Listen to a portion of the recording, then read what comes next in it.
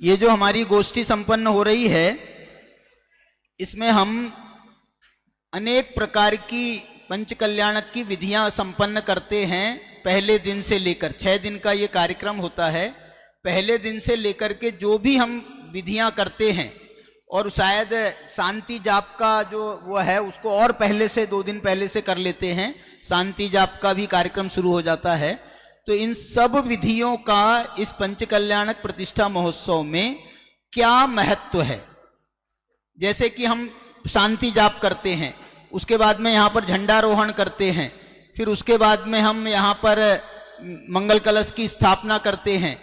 एक इसमें नांदी विधान का कार्यक्रम होता है। नांदी विधान का, वो नांदी विधान क्या होता है, नांदी विधान का क्या मतलब है, उसका यहाँ पर बताया जाएगा।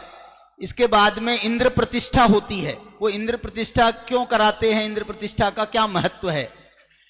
हमारे जितने भी पात्र इसमें भाग लेते हैं, इंद्र हैं, राजा इंद्र इंद्राणियां हैं, राजा रानी हैं, स्वयं प्रतिष्ठाचार्य हैं।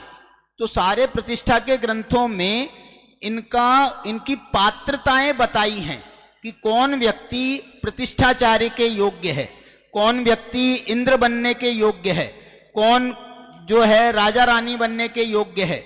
माने सभी की जो है उसकी विशेष रूप से पात्रताएं होती हैं। यज्ञ नायक यज्ञ नायिका भी इसमें शामिल होते हैं कार्यक्रम में। तो इस प्रकार से जो है मैं आपको बताऊं, जैसे पहले दिन हमने गर्भ कल्याणक के पूर्व क्रिया के दिन 16 स्वप्न देखे थे। इन 16 स्वप्नों का क्या महत्व है और ये 16 स्वप्न माता को क्यों आते हैं। सभी तीर्थंकरों के समय में ये 16 स्वप्न आते हैं। और ये अभय कुमार जी ने आपको बताया था कि ये 16 स्वप्न जो आते हैं एक्चुअल में ये 17 हैं। तो ये 16 से 17 कैसे हो गए। और हमारे जो मित्र पक्ष नहीं कहना चाहिए, श्वेतांबर भाई हैं, श्वेतांबरों के यहाँ 16 स्वप्न नहीं होते हैं, उनके यहाँ पर 14 स्वप्न होते हैं। यदि किसी का इसके ऊपर नॉलेज हो तो वो इसमें बता सकते हैं कि क्या फर्क है उनके यहाँ पर और हमारे यहाँ पर। बहुत सारी प्रतिष्ठा की जैसे गर्भ कल्याणक के दिन घट यात्रा जुलूस निकलता है। ये घट यात्रा जुलूस क्यों निकलता है। घट यात्रा जुलूस निकलता है यहाँ पर जन्म कल्याणक के दिन हम फिर जन्माभिषेक के लिए जुलूस निकालते हैं। यहाँ पर दीक्षा कल्याणक के दिन दीक्षा गमन का भी एक जुलूस होता है। तो इन सब का क्या महत्व है और क्यों ये कार्यक्रम इस प्रकार से, जिस प्रकार से यहाँ पर प्रदर्शित किया जाता है, ये क्यों ऐसा प्रदर्शित किया जाता है। हमारे यहाँ पर एक ये मंगलवर्धिनी जी बैठे हैं, यहाँ पर ये पुनीत जी, इन्होंने अभी बहुत, हमारे पास में कितने प्रतिष्ठा ग्रंथ होंगे भाई साहब, 13-14 प्रतिष्ठा ग्रंथ हैं आचार्यों के द्वारा लिखे हुए। विद्वानों ने उसका जो संपादन किया है, नाथूलाल जी हैं, गुलाबचंद जी पुष्प हैं, अनेक विद्वानों ने उसका संपादन किया है, सिद्ध की जाती है। तो ये दोनों विधियों सिद्ध की जाती है। तो ये दोनों विधियों में क्या फर्क है, ये बाहर प्रदर्शन क्यों किया जा रहा है और अंदर की जो विधि है वो संपन्न क्यों की जा रही है। इसमें सबसे बड़ा महत्व मंत्र पाठों का होता है, मंत्र पाठों का होता है। और ये पुनीत जी ने मुझे बताया कि बहुत सारी विधियां वहां संपन्न होती हैं तो प्रतिष्ठाचार्य उसकी घोषणा कर देते हैं, ये विधि संपन्न हो गई, ये विधि संपन्न हो गई। अब जैसे कल केवल ज्ञान होगा, तो केवल ज्ञान होगा तो वो श्रेणी आरोहण करके केवल ज्ञान होता है। तो वहां पर मंत्रों में एक एक बात का, एक एक गुणस्थान चढ़ने का मंत्र है। ये गुणस्थान में भगवान चढ़ गए हैं, अब 8वें गुणस्थान में प्रवेश हो गया है, अब 9वें गुणस्थान में चले गए हैं, अब 10वें गुणस्थान, इसके मंत्र विधि पढ़ करके ये कार्य किया जाता है। बहुत सारी विधियां हैं। अभी आपने दीक्षा हुई भगवान की, पार्श्वनाथ स्वामी की, तो इनकी दीक्षा विधि है। वो दीक्षा विधि क्या होती है, इसमें एक अंकन न्यास की विधि होती है, अंकन न्यास की विधि। वो अंकन न्यास की विधि पहले जो है वो यहां पर कराते थे मुनि अवस्था के समय, लेकिन बाद में समझाया गया कि नहीं, ये विधि होना चाहिए केवल ज्ञान के साथ में। तो केवल ज्ञान के साथ में अंकन न्यास की विधि होती है, उसका क्या महत्व है। मैं आपको कह रहा हूं, यदि ये सब विधियों का हमको ज्ञान हो जाए तो हमको ये पंच कल्याणक देख करके जो भाव है ना, भगवान मुनिराज के भाव कैसे, तीर्थंकर के भाव कैसे बढ़ रहे हैं, तीर्थंकर के भाव कैसे बढ़ रहे हैं, और उनके साथ में हमारे भाव भी उनके साथ में बढ़ते रहें, तो ये इसका विशेष रूप से महत्व है। इसलिए हम जो हैं ये सारे विद्वान यहां पर बैठे हैं,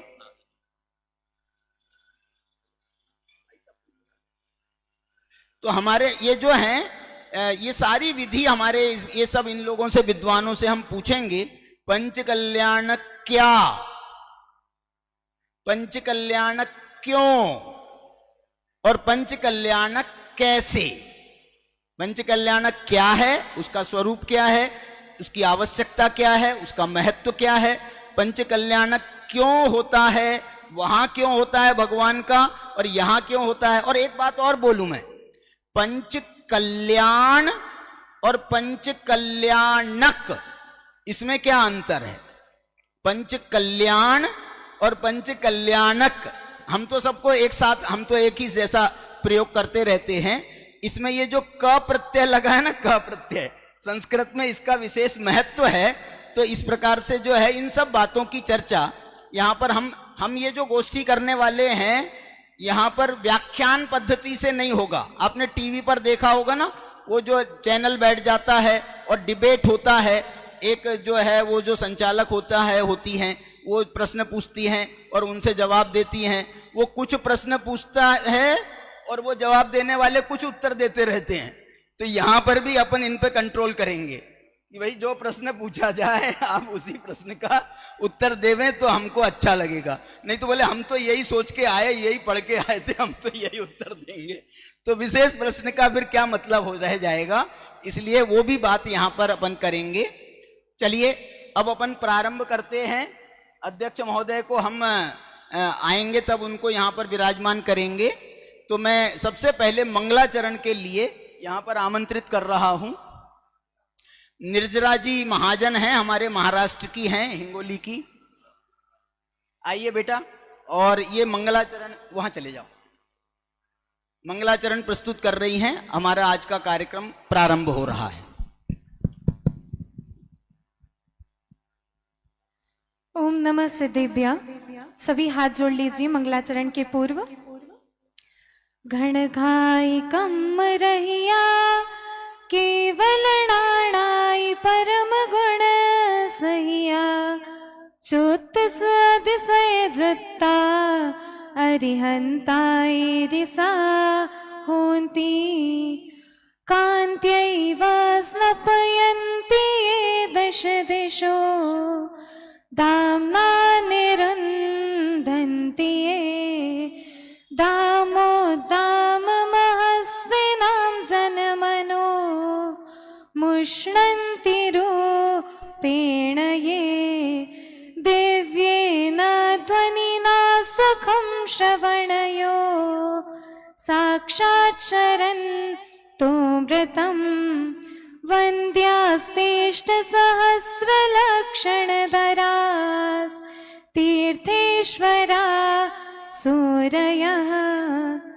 तुम हो अचेलक पार्श्व प्रभु वस्त्रादि सब परित्याग कर तुम वीतरागी हो गए रागादि भाव निवार कर तुमने बताया जगत को प्रत्येक कण स्वाधीन है करता न धरता कोई है अणु अणु स्वयं में लीन है। नमो जनाणम। वर्तमान में तीर्थंकर परमात्माओं का यहाँ साक्षात में विरह होने से हम उनकी यहाँ पर प्रतिष्ठा करते हैं। वैसे तो देखा जाए जितने भी पंच कल्याणकों का आयोजन किया जाता है वह भगवान बनने के लिए उसकी प्रेरणा से ही आयोजित किए जा रहे हैं। भगवान के जीवन में जितनी भी घटनाएं घटती हैं उन्हीं को 5 भागों में बांट दिया जाता है। गर्भ, जन्म, तप, ज्ञान एवं मोक्ष कल्याणक। जो भगवान है वह स्वयं आत्मा के मार्ग पर चल करके जन्म मरण से रहित होने का प्रयत्न करते हैं, पुरुषार्थ करते हैं और फिर हमें भी उसी का मार्ग प्रशस्त करते हैं। तो ऐसे ही उन घटनाओं को मिलकर के जो एक प्रतिष्ठा महोत्सव का आयोजन किया जाता है उसे ही पंच कल्याणक प्रतिष्ठा महोत्सव कहते हैं। ये जो प्रतिष्ठा महोत्सव है वह हमारे जीवन में आत्म कल्याण करने के लिए सर्वोत्कृष्ट निमित्त कहा जाता है, इसीलिए इसे कल्याणक नाम दिया गया है।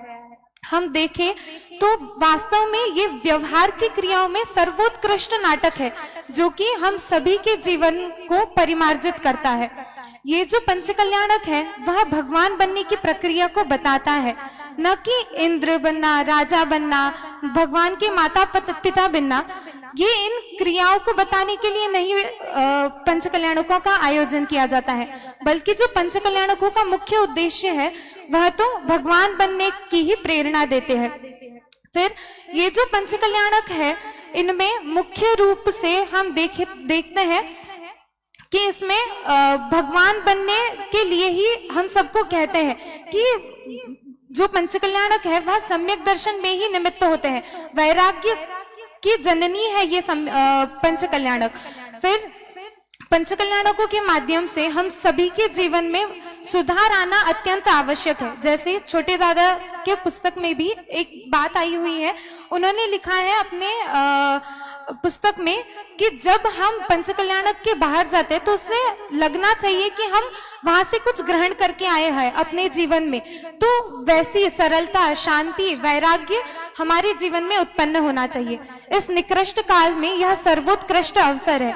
यह अवसर कदापि चूकने योग्य नहीं है, इसलिए हमें अपने परिणामों में सुधार करना अत्यंत आवश्यक है। और यह जो पंच कल्याणक है वह हमारे कल्याण के लिए रखा गया है, क्योंकि ऐसे देखा जाए तो भगवान का तो कल्याण हो चुका है, हमारा कल्याण होना बाकी है। इसलिए हम सभी अपने परिणामों को सुधारें। इस पंच कल्याणक का मेन उद्देश्य तो यही है। भगवान की जो प्रतिमा है उसकी प्रतिष्ठा करने के बाद में उनका दर्शन करके हम अपने जीवन में भी अपने आत्मश्रद्धा, ज्ञान और चारित्र में भगवान आत्मा की स्थापना करें और निश्चित रूप से उन जैसा बनने का प्रयत्न करें। ओम नमः सिद्धेभ्य।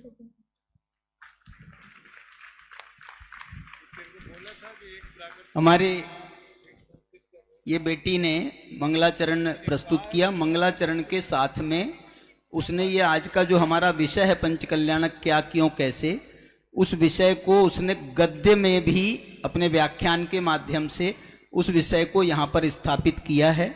ये बेटी जो है ये शाश्वत धाम उदयपुर की छात्रा है। कौन सी क्लास में हो बेटा? शास्त्री फाइनल में है ये बेटी और ये पढ़ रही है। और यदि तुम हमारी चर्चा में भाग लेना चाहो तो एक आध प्रश्न तुमसे भी पूछेंगे, आ जाओ।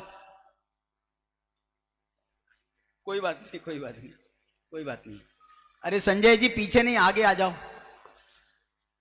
लंबी है, अपन और लंबी लाइन बना देंगे। बैठो। तो ये जो है अब अपन अपना मंगलाचरण हो गया है, अब अपनी चर्चा को यहाँ पर प्रारंभ करते हैं। यहाँ पर जो है मैं सबसे पहला प्रश्न अभय कुमार जी भाई साहब से कर रहा हूँ। भाई साहब, आपकी दृष्टि में पंच कल्याणक क्या है? इसका क्या महत्व है, इसकी क्या आवश्यकता है? पंच कल्याण तो भगवानों के होते हैं, फिर ये हमको को पंच कल्याणक क्यों कराए जा रहे हैं? ये इस विषय पर थोड़ा सा यदि आप दृष्टिपात करेंगे तो मैं आपसे निवेदन कर रहा हूँ। मैं इस चर्चा में एक रूपक ये रख रहा हूँ कि पहले एक मुख्य प्रश्न तो हम नाम सहित वक्ताओं से करेंगे कि भाई योगेश जी आप इस प्रश्न का उत्तर दीजिए इनसे। इस बीच में यदि कोई भी वक्ता इसमें कोई एडिशन करना चाहे, कोई विशेष बात कहना चाहे तो मुझे थोड़ा सा इशारा कर दें, तो हम उनको उसके बाद में उनको भी आमंत्रित करेंगे। तो ये चर्चा का अपना जो है इस प्रकार का रूपक रहेगा। मैं निवेदन कर रहा हूं अभय जी भाई साहब से। मंगलमय पांचों कल्याणक, मंगलमय जिनका जीवन है, मंगलमय वाणी सुखकारी, शाश्वत सुख की भव्य सदन है। देव शास्त्र गुरु को वंदन कर, मुक्ति वधु का त्वरित वरण हो। धन्य घड़ी वह धन्य दिवस जब, मंगलमय मंगलाचरण हो। पांचों कल्याणकों का उल्लेख है, इसलिए ये पंक्तियां यहां बोली गई। प्रश्न है, पंच कल्याणक क्या चीज है? अब मेरी दृष्टि में क्या है कि बजाय वास्तव में क्या है। देखिए, हम पंच कल्याणक को दो भागों में बांटें, एक विधि के रूप में और एक महोत्सव के रूप में। विधि तो अनिवार्य है, महोत्सव ऑप्शनल है। विधि तो तब, जैसे कि शादी में फेरे होना ये अनिवार्य है, वो उसकी विधि है।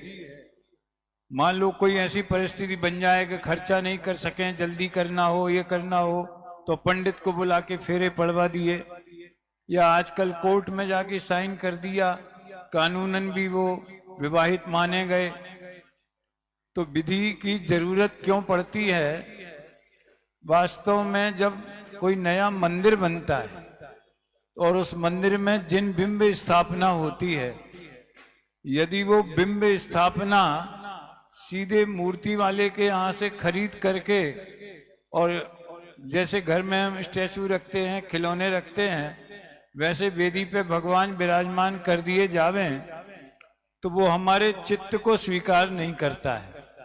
मैं प्रायः एक उदाहरण शादी का ही दिया करता हूं कि अगर मात्र घर में बैठ करके फेरे करवा लिए और 4 लोगों को पता नहीं चला, मंत्र भी नहीं पढ़े, केवल पक्का हो गया कि भाई ये कन्या है और ये वर है, और चलो अब बेटा कल से तुम हमारे घर चलो, अब तुम हमारी बहू के रूप में हम तुम्हें रखेंगे, तो वो वर और कन्या का भी, उनकी भी मानसिकता नहीं बनती। जब तक जो सारी प्रक्रिया है, फेरे हैं, हल्दी है, कार्ड छपना है, लोगों का आना है, आशीर्वाद देना है, भोजन है, पंडाल है, गीत संगीत है, इत्यादि इत्यादि कार्यक्रम न हो तो न लोगों का मानस बनता है उन्हें पति पत्नी के रूप में स्वीकार करने का, और न उन खुद का मानस बनता है। वही प्रक्रिया विधि के संबंध में है। जब तक मंत्र विधि से, जैसा राकेश जी ने घट यात्रा, ये गर्भ कल्याणक में भी अंदर मंजूषा में विधि नायक की मूर्ति रखी जाती, उसमें भी गर्भाधान संस्कार के मंत्र पढ़े जाते, तो वो विधि होने से ये संतोष हो जाता है मन को कि हाँ, ये कानूनी प्रक्रिया के द्वारा, वैधानिक प्रक्रिया के द्वारा, कल तक जो मूर्ति हमारे लिए लाने ले जाने की चीज थी, बड़ी मूर्ति हो तब तो कारीगर ला रहा है और उसमें क्रेन से उठा के, या उसको सफाई कर रहे हैं, कोई सुधार कर रहे हैं, प्रशस्ति लिख रहे हैं, तो वो उस पर चढ़ के, और कदाचित हम उसको कंट्रोल नहीं कर पाए तो वो बीड़ी भी पीता जावे और उस पर प्रशस्ति भी लिखता जावे। अब तो हम लोग बहुत नियम वगैरह भी दिला देते हैं। कहने का आशय ये है कि विधि जो है वो प्रतिमा जी को भगवान की दृष्टि से देखने के लिए अनिवार्य अंग है। अब मान लीजिए हम भोगांव वालों ने, केवल यहीं के 5-7 परिवार वालों ने प्रतिष्ठाचार्य को बुला के और बिना पंडाल लगाए, बिना इतना बड़ा महोत्सव करके, प्रदर्शन के बिना अगर वो कर ली तो लोगों को पता कैसे चलेगा कि ये आपके यहाँ जो प्रतिमा है ये प्रतिष्ठित है और ये समझ लीजिए अब हम इसे भगवान के रूप में व्यवहार कर सकते हैं। तो महोत्सव की जरूरत इसलिए पड़ती है। अब महोत्सव में बहुत सारी दूसरी चीजें भी जुड़ जाती हैं जो नहीं भी होना चाहिए और बहुत सारी जरूरी भी होती है। हमारी नई पीढ़ी को कैसे पता चलेगा कि भगवान कौन है, कैसे बनते हैं माने कोई बन जाते हैं ऐसा नहीं, लेकिन संवादों के माध्यम से, गीतों के माध्यम से, अन्य माध्यमों से ये चीज लोगों तक फैलती है। आम जनता भी समझती है कि यहाँ जो महोत्सव हो रहा है किस बात का हो रहा है और हमारी पीढ़ी को भी वो शिक्षा प्राप्त होती है। तो महोत्सव तो इसलिए जरूरी है कि उसके बिना जनता की दृष्टि में वो प्रतिमा भगवान नहीं बनेगी और हमारी पीढ़ी को उसकी शिक्षा नहीं मिलेगी। इसलिए ये पंच कल्याण तो जो वास्तव में भगवान के जीवन में हुए, देखिए अभी वो बच्ची ने कहा था कि उनकी घटनाओं को हम 5 भागों में बांट सकते हैं। अब कौन से घटना किस भाग में जाएगी ऐसा कोई वर्गीकरण की जरूरत नहीं है। 5 चीजें तो अनिवार्य होती ही होती हैं। तीर्थंकर प्रकृति लेकर के जो जीव गर्भ में आते हैं तो देव उनका गर्भ कल्याणक बनाते हैं। उन्हीं का जब जन्म, जबकि वो तीर्थंकर प्रकृति का कार्य नहीं है, लेकिन 34 अतिशय और 8 प्रातिहार ये सब तीर्थंकर प्रकृति के उदय में होते हैं। लेकिन जो जन्म के 10 अतिशय होते हैं, अभी तो तीर्थंकर प्रकृति का उदय भी नहीं आया। वो तो जब 13वां गुणस्थान होगा, दिव्य ध्वनि खिलेगी, तो देवकृत 14 अतिशय और केवल ज्ञान के 10 अतिशय, ये 24 अतिशय और 8 प्रातिहार, ये तीर्थंकर प्रकृति का उदय होने पर होते हैं। लेकिन बाकी ओरिजिनल प्रकृति के साथ कुछ और भी विशिष्ट पुण्य प्रकृतियां बंधती हैं। जैसे गर्भ के जन्म के 10 अतिशयों में तीर्थंकर का जो रक्त है वो सफेद होता है, मलमूत्र नहीं होता है, पसीना नहीं होता है, इत्यादि इत्यादि। तो कहने का आशय ये है कि विदेश क्षेत्रों में तो अगर कोई समझ लीजिए जन्म के बाद में तीर्थंकर प्रकृति बांधता है और उसी भव में मोक्ष जाने वाला है, तो उसके तो 3 कल्याणक होंगे। और कोई अंतिम भवधारी मुनिराज को तीर्थंकर प्रकृति बंध जाए तो उनके 2 कल्याणक होंगे। ये तो इस भरत क्षेत्र में तीर्थंकर प्रकृति लेके आने वाले जीवों की बात है। तो गर्भ जन्म तो सबका होता ही है, लेकिन ऐसे महापुरुषों का गर्भावतरण, जन्मावतार इत्यादि इत्यादि घटनाएं जिसमें देवगण भी आकर के महान उत्सव करते। अब देखिए ऋषभ देव के जीवन में तो उस महोत्सव हुए, भरत चक्रवर्ती के नहीं हुए। ऋषभ देव तो चक्रवर्ती नहीं थे, चक्रवर्ती तो भरत थे। लेकिन तीर्थंकर प्रकृति वो अनिवार्य चीज है। तो इस तरह से देवों ने महोत्सव मनाए। तो डॉक्टर साहब ने एक बहुत सुंदर शब्द लिखा है कि ये असली पंच कल्याणक की असल नकल है। तो असल नकल में हम संवादों और अन्य कार्यक्रमों के माध्यम से वो घटनाएं बताते हैं। कई बातें ऐसी चर्चा में भी आती हैं कि आप 16 इंद्र क्यों बनाते हो, इंद्र तो 12 ही होते। तो जबलपुर में 25 साल पहले पंचकल्याणक हुआ था तो बहुत से लोग तैयार हो गए, तो हमने कहा 24 बना लो, 12 इंद्र और 12 प्रतिन्द्र। इस तरह से राजा कितने होने चाहिए? अब इंद्र 16 हैं तो चलो राजा भी 16 सही। पहले यज्ञ नायक नहीं बनाए जाते थे, लेकिन अब बनाए जाने लगे। तो वो लोगों को जोड़ने के लिए और आवश्यकता के हिसाब से, ये सब कोई विधि का अंग नहीं है, ये अंदर जो विधि होती है उसका अंग नहीं है, लेकिन अपने कार्यक्रम को कितना अधिक भव्य और व्यवस्थित रूप दिया जा सके, प्रभावशाली रूप दिया जा सके। एक बात चाहिए, जैसा ढाई दीप में हुआ उससे बढ़िया सोनगढ़ का, पारला का से भी बढ़िया होना चाहिए, उससे बढ़िया सोनगढ़ का होना चाहिए, उससे बढ़िया जबलपुर वालों को करना चाहिए, और हमें उससे भी बढ़िया, ये दूसरों से भी श्रेष्ठ होवे, इसके लिए कई चीजें ज्यादा जुड़ जाती है और खर्चा भी बहुत अनावश्यक होता है। लेकिन कम से कम जो प्रभावना के लिए और विधि का प्रदर्शन के लिए जितना जरूरी है उतना जरूरी है। बाकी हर चीज पे कोई जवाब नहीं दिया जा सकता कि ये होना चाहिए कि नहीं होना। नृत्य कितने होना चाहिए? भाई साहब कहते 12 से ज्यादा नहीं होना चाहिए। कहीं उनने तो वहां कह दिया था दिल्ली में, कहा चिदायतन में, कि ये तो नृत्य कल्याणक हो गया। तो अब लोग घबराए कि अब क्या होगा। अरे युगल जी ने तो इंद्राणियों के नृत्य के ऊपर ही प्रतिबंध लगा दिया। अब मेरी दृष्टि में वो ओवर कमेंट्स था वो, कि तुम जन्म महोत्सव मना रहे हो और जैसे दीक्षा लेने जा रहे हो वैसे बालक को लेके आ गए, लो साहब हो गया। अरे जैसा प्रसंग होता है वैसे भाव होते हैं, वैसी क्रिया होती है, लेकिन वो विकृति इतनी आ गई कि निंदाणी मिलके नाचने लगे तो उन्हें निषेध करना पड़ा। तो किसका निषेध क्यों हो रहा है और किसका समर्थन क्यों हो रहा है? बहुत अच्छा। और भी बहुत सी बातें हैं। नहीं भाई साहब, सेकंड टर्न में आपसे पूछूंगा। मैं सभी विद्वानों से एक एक थोड़ा सा कमेंट लेना चाहता हूं। अभी जैसे भाई साहब ने एक बात कही कि हम जो है प्रतिष्ठा की जो विधियां हैं वो ना करें और उसका यहाँ पर प्रदर्शन ना करें, तो हमारे मन में ही वो भाव नहीं आता। इन्होंने शादी का एक उदाहरण दिया, तो हमारे मन में वो बात पक्की नहीं होती है कि भाई ये भगवान की जो है ना, हमने यहाँ पर ये विधि संपन्न कर ली है, अब ये भगवान बन गए हैं।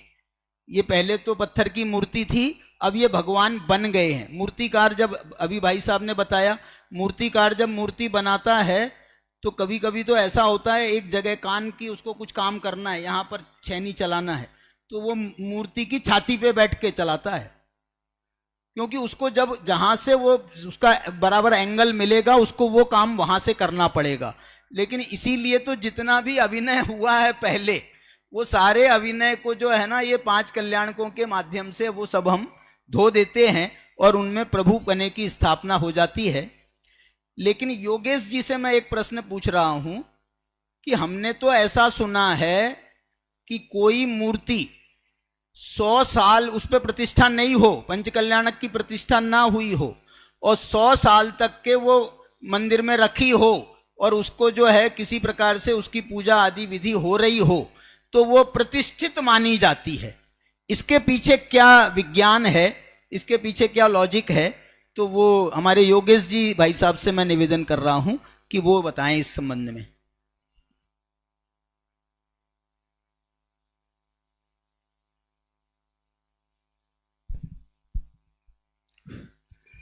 ये जो प्रश्न किया है कि 100 वर्ष पुरानी प्रतिमा पूजनीय है या नहीं, उसके पीछे तो सीधा सा उत्तर है, फिर 100 वर्ष तक क्या होगा?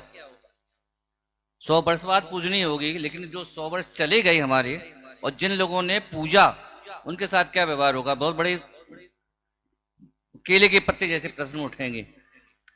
हम इसके पहले थोड़ा सा इसके औचित्य पे कि हम पंच कल्याण करते ही क्यों हैं। हमें ऐसा लगता है 2 मिनट लेंगे, ज्यादा चिंता नहीं करना। नहीं, अपने पास समय है, आप आराम से बताइए। ज्यादा जो बहुत महत्वपूर्ण है, शायद लोग कम उस विषय को उठाएं। औचित्य क्या है मंदिरों की पूजा का? बंद कर देना।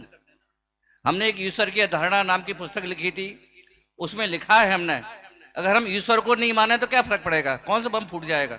और जो ईश्वर को मानते हैं कौन सा बहुत बड़े नैतिक होते हैं? प्रश्न तो बनता है। हम ये देखते हैं कि तीव्र प्रतिकूलताओं में परास्त होने वाले और अनुकूलताओं में मस्त होने वाले जगत के जीवों के सामने एक जिज्ञासा का प्रश्न तो उठता है कि ऐसे कौन हैं जिन्होंने प्रतिकूलताओं को मंदिर बनाकर शांति की स्थापना करके शांति के पुजारी बने हैं। ये जगत का बहुत बड़ा आश्चर्य है, क्योंकि बड़ी बात यह है कि सोचने का तरीका कौन देता है। सारा जगत ये मानता है प्रतिकूलताओं में कभी आनंद नहीं हो सकता है और अनुकूलता को में भी कालकूट जहर हो सकता है।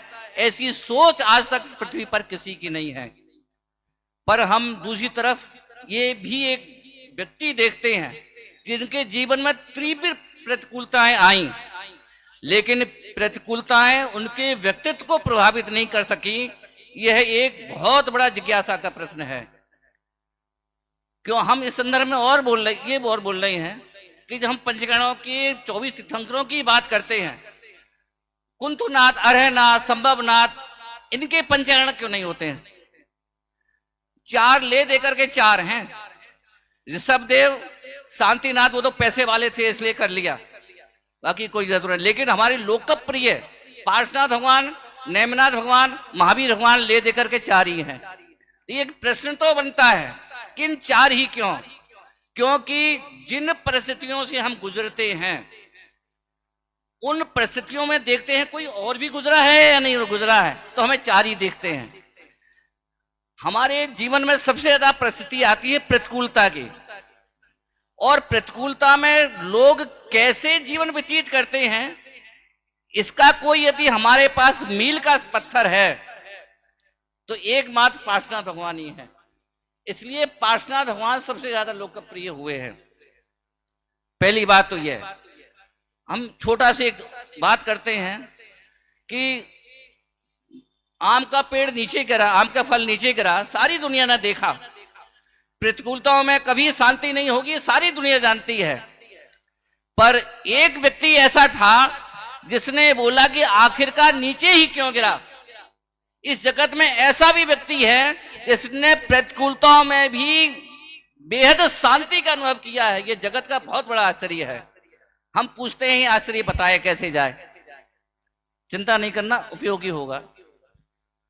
हम ये देखते हैं कि गांव की एक बुजुर्ग महिला, आप तो ग्रामीण अंचल से नहीं रहते हो, हम रहते हैं ग्रामीण अंचल से। गांव की एक महिला 80 वर्ष की, जिसके पति को खत्म कर दिया गया हो, बेटे को खत्म कर दिया गया हो, सारी जमीन लूट ली गई हो, लेकिन एक बेटा जयपुर पढ़ने गया, तैयारी की उसने। तो वो बुजुर्ग माँ ये सुन करके, हे गांव वालों, एक दिन तो मेरा बेटा आईपीएस बनकर आएगा और एक एक चुन चुन करके बदला लूंगा, इस आशा में अपना बुढ़ापा व्यतीत करती है।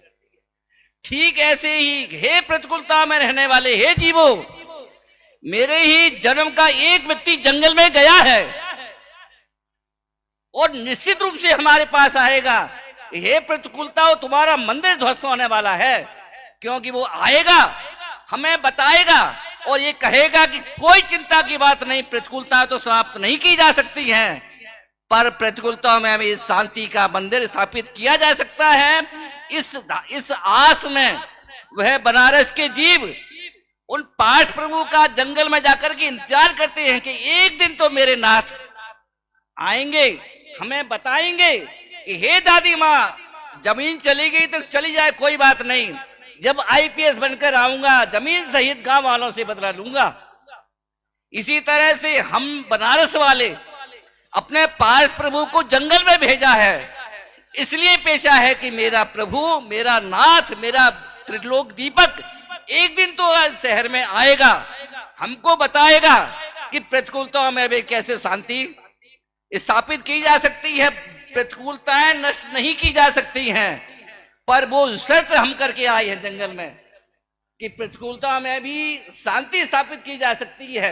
ये उपदेश वह मुनराज हमारे शहर में आएंगे और उसकी आस में हम टकटकी लगा करके बैठते हैं। इसीलिए प्रतिकूलताएं जिन्होंने बहुत जीवन में ली हैं, चाहे ऋषभदेव हो, पार्श्वनाथ भगवान हो, महावीर भगवान हो, ये चार लोग, ये टेंडेंसी, ये सोच ने मंदिरों के निर्माण को पैदा किया है। अगर ये सोच ना होती तो मंदिरों का निर्माण नहीं होता, भगवानों का स्थापना नहीं होती है। पहली बात तो ये। बात तो बहुत है लेकिन सब लोग बोलेंगे। शॉर्ट में मैं आपसे, मेरे प्रश्न का उत्तर तो आया नहीं। मेरे आपके प्रश्न का उत्तर आया कि जो बात ये कही जाती है कि 100 वर्ष बाद वो पूजनीय हो जाएगी। हाँ, तो जो 100 वर्ष है उसका क्या होगा? मैं क्या कह रहा हूं, आप भी प्रश्न पे प्रश्न किया है, तो और किसी के पास में इसका जवाब हो तो वो देवे। देखो 100 वर्ष बाद की बात क्यों कि 100 वर्ष तक लोगों ने उनको भगवान के रूप में देखा है। हाँ, और चूंकि भगवान के रूप में देखा जा चुका है पहले, इसलिए वो जो आपका पंचकर्णक होता है, ये तो 5 दिनों की परंपरा है, इस पे विधिवत विधि हुई है, पर जिस पर विधि नहीं हुई है बड़ी प्रतिमा है और 100 वर्ष तक लोग पूजता का व्यवहार करते रहे हैं। जैसे मान लीजिए ग्वालियर के मंदिर जी वगैरह और भी मंदिर हैं, तो वो केवल ये सोच के लोगों ने उसको पूज्य की दृष्टि से देखा है, इस लोक मान्यता को ध्यान में रख करके पूज्यता का व्यवहार किया जाता है। यही शायद एक कारण। आप क्या बोल रहे हैं अनिल जी, आप क्या बोल रहे हैं? ठीक है, मतलब आगम का हमें स्रोधार्य है। हाँ जी। और आगम में चर्चा ये है कि 100 वर्ष तक किसी महापुरुष, श्रेष्ठ पुरुष या राजा के माध्यम से प्रतिमा स्थापित हुई हो, परंतु किन्हीं कारणों विशेष से पंच कल्याणक नहीं हो सका हो, तो वह प्रतिमा कालांतर में अर्थात 100 वर्ष पश्चात पूज्य पने को प्राप्त होती है। ये आगम में विधान है, तो आगम की परंपरा के अनुरूप वो हमें श्रोधार्य है। मतलब ये है कि हम उस प्रतिमा को देखते रहे हैं, और उसके साथ में जो पहले अभिनय का व्यवहार होता था ना, जैसे मैंने कहा मूर्ति बनाते समय वगैरह वगैरह, वो अभिनय का व्यवहार खत्म हो गया है। अभिनय का व्यवहार नहीं, अब उसका बिल्कुल बहुत शुद्ध स्थान पर रखी है, और लगातार लोग उसको जाते जाते देख रहे हैं। और धीरे धीरे धीरे धीरे धीरे धीरे बाद में देखो पीढ़ियां बदल जाती हैं, और पीढ़ियों को बाद में पता भी नहीं चलेगा कि भाई इसकी प्रतिष्ठा हुई है कि नहीं हुई है। तो वो जो है ना, उसके बाद में उसमें वो व्यवहार पैदा हो जाए तो ये कोई अमान्य क्रिया नहीं है, आगम के प्रतिकूल नहीं है। अब उसमें तो वो समझ लीजिए आप हो गई प्रतिष्ठित। तो वो, हाँ अभय जी आप कुछ कह रहे हो? मुझे तो इतना ही कहना है कि जो विधि पूर्वक होती है उसमें भी प्रतिमा में क्या परिवर्तन हो जाता है। प्रतिमा तो वही की वही है, हमारी दृष्टि बदल जाती है। वो मनोवैज्ञानिक प्रक्रिया है, हमारे मन में प्रतिष्ठा हो गई कि अब ये भगवान हो गए। वो मन हमारा कैसा बदले उसकी वो विधि है। 100 वर्ष का तो आप लोगों को मालूम होगा कौन से आगम में आता है। मैंने 100 वर्ष तो नहीं सुने, लेकिन लंबे काल तक यदि कोई उच्च स्थान पर प्रतिमा जी रखी होवे और उनके साथ फिर वैसे ही व्यवहार होने लगे जैसा विधि पूर्वक होता है, मतलब लोगों का मन उसके प्रति बदल गया, तो हो गई प्रतिष्ठा। माने ऐसा हुआ कि जैसे हमने ये पंचकल्याणक किया तो 5 दिन में आपने तो वो विधि होते हुए आपने लगातार देखा है। अब ये हुआ, अब ये हुआ, गर्भ हो गया, जन्म हो गया, दीक्षा हो गई। तो हमारा 5 दिन में ही उनके प्रति व्यवहार बदल गया, हमारी दृष्टि बदल गई। जैसे शादी के बाद में 7 फेरे हुए, 6 फेरे तक हम कह रहे अभी तो बेटी रे निज माई बाप की जानियो, 6 फेरे तक कह रहे हैं, और 7वां फेरा हुआ वो जो है लड़की हो गई पराई। तो जो है वो एक जरा सा जो बिंदु होता है ना, उसी बिंदु की बात ये है। और वो बिंदु हमारे को कितने समय बाद में पैदा होता है, कितने समय के बाद पैदा होता है, तो वो जो है वो जब तक पूज्यता आपके मन में नहीं आएगी तब तक के वो पूज्यता मानी नहीं जाएगी। हाँ बोलिए आप। भाई साहब एक छोटा सा प्रश्न था, प्रति प्रश्न, कि जो प्रतिष्ठित हो रही है प्रतिमा वो भी मंत्रों के माध्यम से हो रही है, जिसके साथ पूज्यता का व्यवहार किया गया है। भाई साहब को बीच में बिठा लेना, आइए।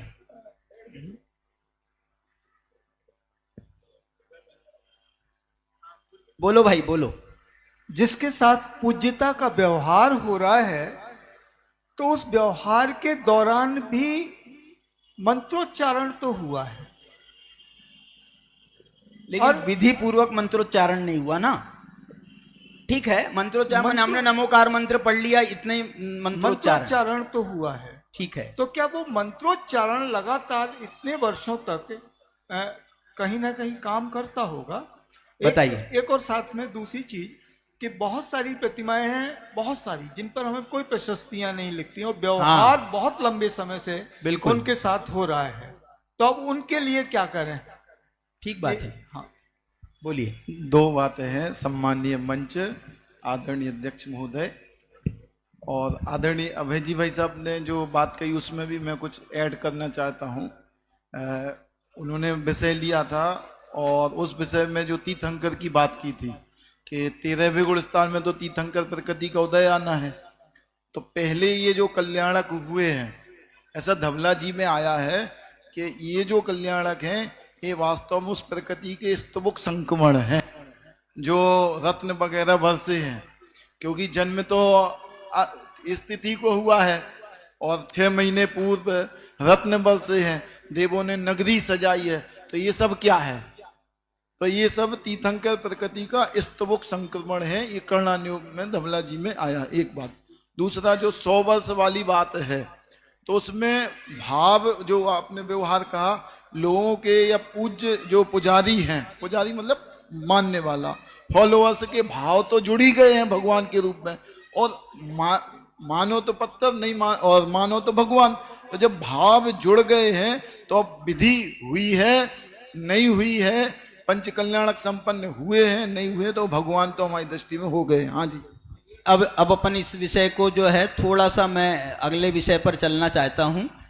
एक अभय जी ने बात करी थी, भैया वहां सोनगढ़ का पंचकल्याणक तो ऐसा हुआ था, वहां 25,000 आदमी था और यहाँ पर तो हमारे 500 आदमी हैं, तो जो है ये पंचकल्याणक को क्या हम कुछ छोटा माने। दूसरा उदाहरण, वो अंबानी के यहाँ शादी हुई तो उसने बोले साहब 10,000, 15,000, 20,000 कितना खर्चा, 20,000 करोड़ इतना खर्चा किया, तो उसकी शादी कोई बहुत स्पेशल हो गई होगी और हमने कोर्ट में जाकर के करा ली या 7 फेरे मंदिर में पढ़वा लिए, तो क्या हमारी शादी कोई छोटी मानी जाएगी। इस विषय को लेकर के मेरा प्रश्न ये है, इस भूमिका बना करके प्रश्न मेरा ये है मंगलवर्धनी जी से, पुनीत जी से, कि आप हमको ये बताओ कि एक पंचकल्याणक की आदर्श विधि क्या होनी चाहिए। इन्होंने बहुत पंचकल्याणकों की प्रतिष्ठा पर काम किया है और इनकी एक किताब आने वाली है, खुद पंचकल्याणक से संबंधित एक इनकी किताब भी आने वाली है। उसमें क्या विशेष बात रहेगी अपन देखेंगे, अपने को उसका लाभ भी मिलेगा। और अभी यदि थोड़े समय में हमको इस बात को बताएं कि हमको आदर्श विधि के रूप में क्या क्या करना चाहिए, ये इसके बारे में थोड़ा सा जानकारी दें। ओम नमः सिद्धेव्या। जैसा कि आदरणीय पंडित साहब ने सबसे पहले कह दिया था कि पंच कल्याणक प्रतिष्ठा महोत्सव को हम 2 भागों में बांट सकते हैं, एक प्राइमरी, दूसरा सेकेंडरी। सेकेंडरी है आपका जो मंच पे इंद्र सभा, राज्यसभा आदि का प्रदर्शन होता है, और वो सेकेंडरी इसलिए है क्योंकि आप जितने भी मूल प्रतिष्ठा ग्रंथ उठा के देखेंगे उसमें उन इंद्र सभा, राज्यसभा आदि का मूल ग्रंथों में वर्णन नहीं है। लेकिन फिर क्यों करते हैं? करते इसलिए हैं कि जो प्राथमिक भूमिका वाले या प्राथमिक से भी निचली भूमिका वाले लोग हैं उनको धर्म से कैसे जोड़ें, तो वो बहुत आवश्यक है, इसलिए किया जाता है। लेकिन हाँ, वो सेकेंडरी है। अब प्राइमरी क्या है? तो मेरी तो अड़चन ये है कि सामने प्रतिष्ठा पितामह बैठे हैं अब उनके सामने बोलें कैसे, मैं प्रतिष्ठा का नव प्रसूत और वो पितामह। तो लेकिन आपने बोलने को कहा है, तो जो प्राइमरी है तो बहुत मूल प्रतिष्ठा ग्रंथ जैसे कि प्रतिष्ठा तिलक है, फिर उसके बाद जयसेन देव का प्रतिष्ठा पाठ है, फिर बसुनंदी आचार्य का है, उसके बाद फिर उनके उद्धार ग्रंथ लिखे गए, पंडित आसाधर जी ने लिखे, हमारे ब्रह्मचारी शीतल प्रसाद जी ने लिखे, फिर संकलन ग्रंथ जैसे कि आदरणीय पितामह जी ने लिखा है और भी प्रतिष्ठाचार्यों ने लिखा है। तो सब ग्रंथों का अध्ययन और चिंतन मनन और विद्वानों के साथ चर्चा करने के बाद जो उसमें जो प्राइमरी है प्रतिष्ठा विधि, उसके जो अंग हैं, सबसे पहला है यंत्र, एक एक करके मैं संक्षिप्त में बताऊंगा। दूसरा है मंत्र, तीसरा है तंत्र, चौथा है भक्ति, फिर उसके बाद है मंडल और उसके बाद है आराधना। आराधना यानी पूजा और स्वाध्याय। तो हर प्रतिष्ठा में जितने भी 5 कल्याणक हैं उनसे संबंधित, हर कल्याणक से संबंधित यंत्र निश्चित हैं। जैसे आपका गर्भ कल्याणक है तो मातृका यंत्र है, उसके बाद कुछ जो प्रतिष्ठा पाठ है उनमें सुरेंद्र यंत्र का भी वर्णन आता है। फिर जो जन्म कल्याणक है तो उसमें एक और यंत्र जुड़ जाता है, वर्धमान यंत्र। फिर दीक्षा कल्याणक में 64 रिद्धि यंत्र, गणधर वलय यंत्र।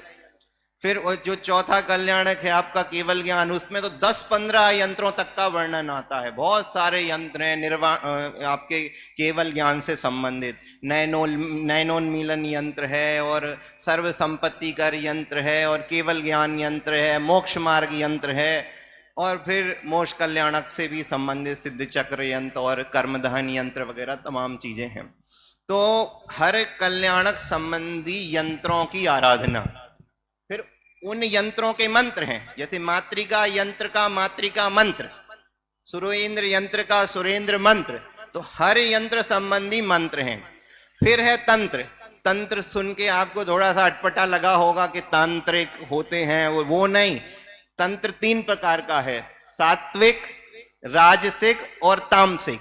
तो जैन दर्शन में ये प्रतिष्ठा विधि विधान और शांतिक पौष्टिक कर्मों में सात्विक तंत्र का प्रयोग किया गया है। क्या होता है वो जो हम ये पुष्पांजलि करते ना प्रतिमाओं पे, यानी कि जो सकारात्मक ऊर्जा वाले पवित्र पदार्थ हैं उनके माध्यम से प्रतिमा को क्या करना, संस्कारित करना, गुणारोपण करना और सकारात्मक ऊर्जा का क्या करना, प्रवाह करना। बहुत सारे तंत्र होते हैं, जल धाराएं करते हैं हम, फिर उसमें सर्वौषधि से अभिषेक करते हैं, तमाम प्रकार के क्वाथों से अभिषेक करते हैं, अंजन द्रव्य से अंजन शलाका करते हैं, नयनोन्मीलन द्रव्य से नाभि में रम लिखते हैं। तो ये सब जो पवित्र द्रव्यों के द्वारा उस पर संस्कार किए जाते हैं वो तंत्र है। फिर हर कल्याणक संबंधी मंडल है, जैसे हम याग मंडल किया, फिर जब घट यात्रा होती तो 81 खानों का मंडल बनाया जाता है, नंद्यावर्त मंडल बनाया जाता, तमाम उसमें भी है। उसके बाद भक्तियां, जो कुंद कुंद आदि आचार्यों की जो प्राकृत भाषा में, फिर पूज्य पाद स्वामी की जो भक्तियां आदि हैं उनके पाठ, तो किस कल्याणक में कौन कौन सी भक्ति का क्या करना, पाठ करना, वो सारी चीजें हैं। मंत्रों के जाप करना यंत्र संबंधी, और उसके बाद हर कल्याणक की पूजा और स्वाध्याय। तो जो आदर्श विधि वो है कि सेकेंडरी को सेकेंडरी रहने दिया जाए और प्राइमरी को प्राइमरी रहने दिया। मेरा प्रश्न आपसे ये है कि आपने जैसे इतना सारा यंत्रों का विधान बताया इन्होंने कि गर्भ कल्याणक के इतने यंत्र हैं, केवल ज्ञान के इतने यंत्र हैं, तो अब ये इसका भी वर्णन अलग अलग ग्रंथों में अलग अलग प्रकार से मिल रहा है। अब इसमें भी हमको इसमें भी प्राइमरी में भी प्राइमरी निकालना पड़ेगा कि इसमें से कितनी क्रियाएं अत्यंत आवश्यक हैं और कितनी क्रियाएं उसको जो है हम गौण भी कर सकते हैं। ये भी एक विचारणीय बिंदु है।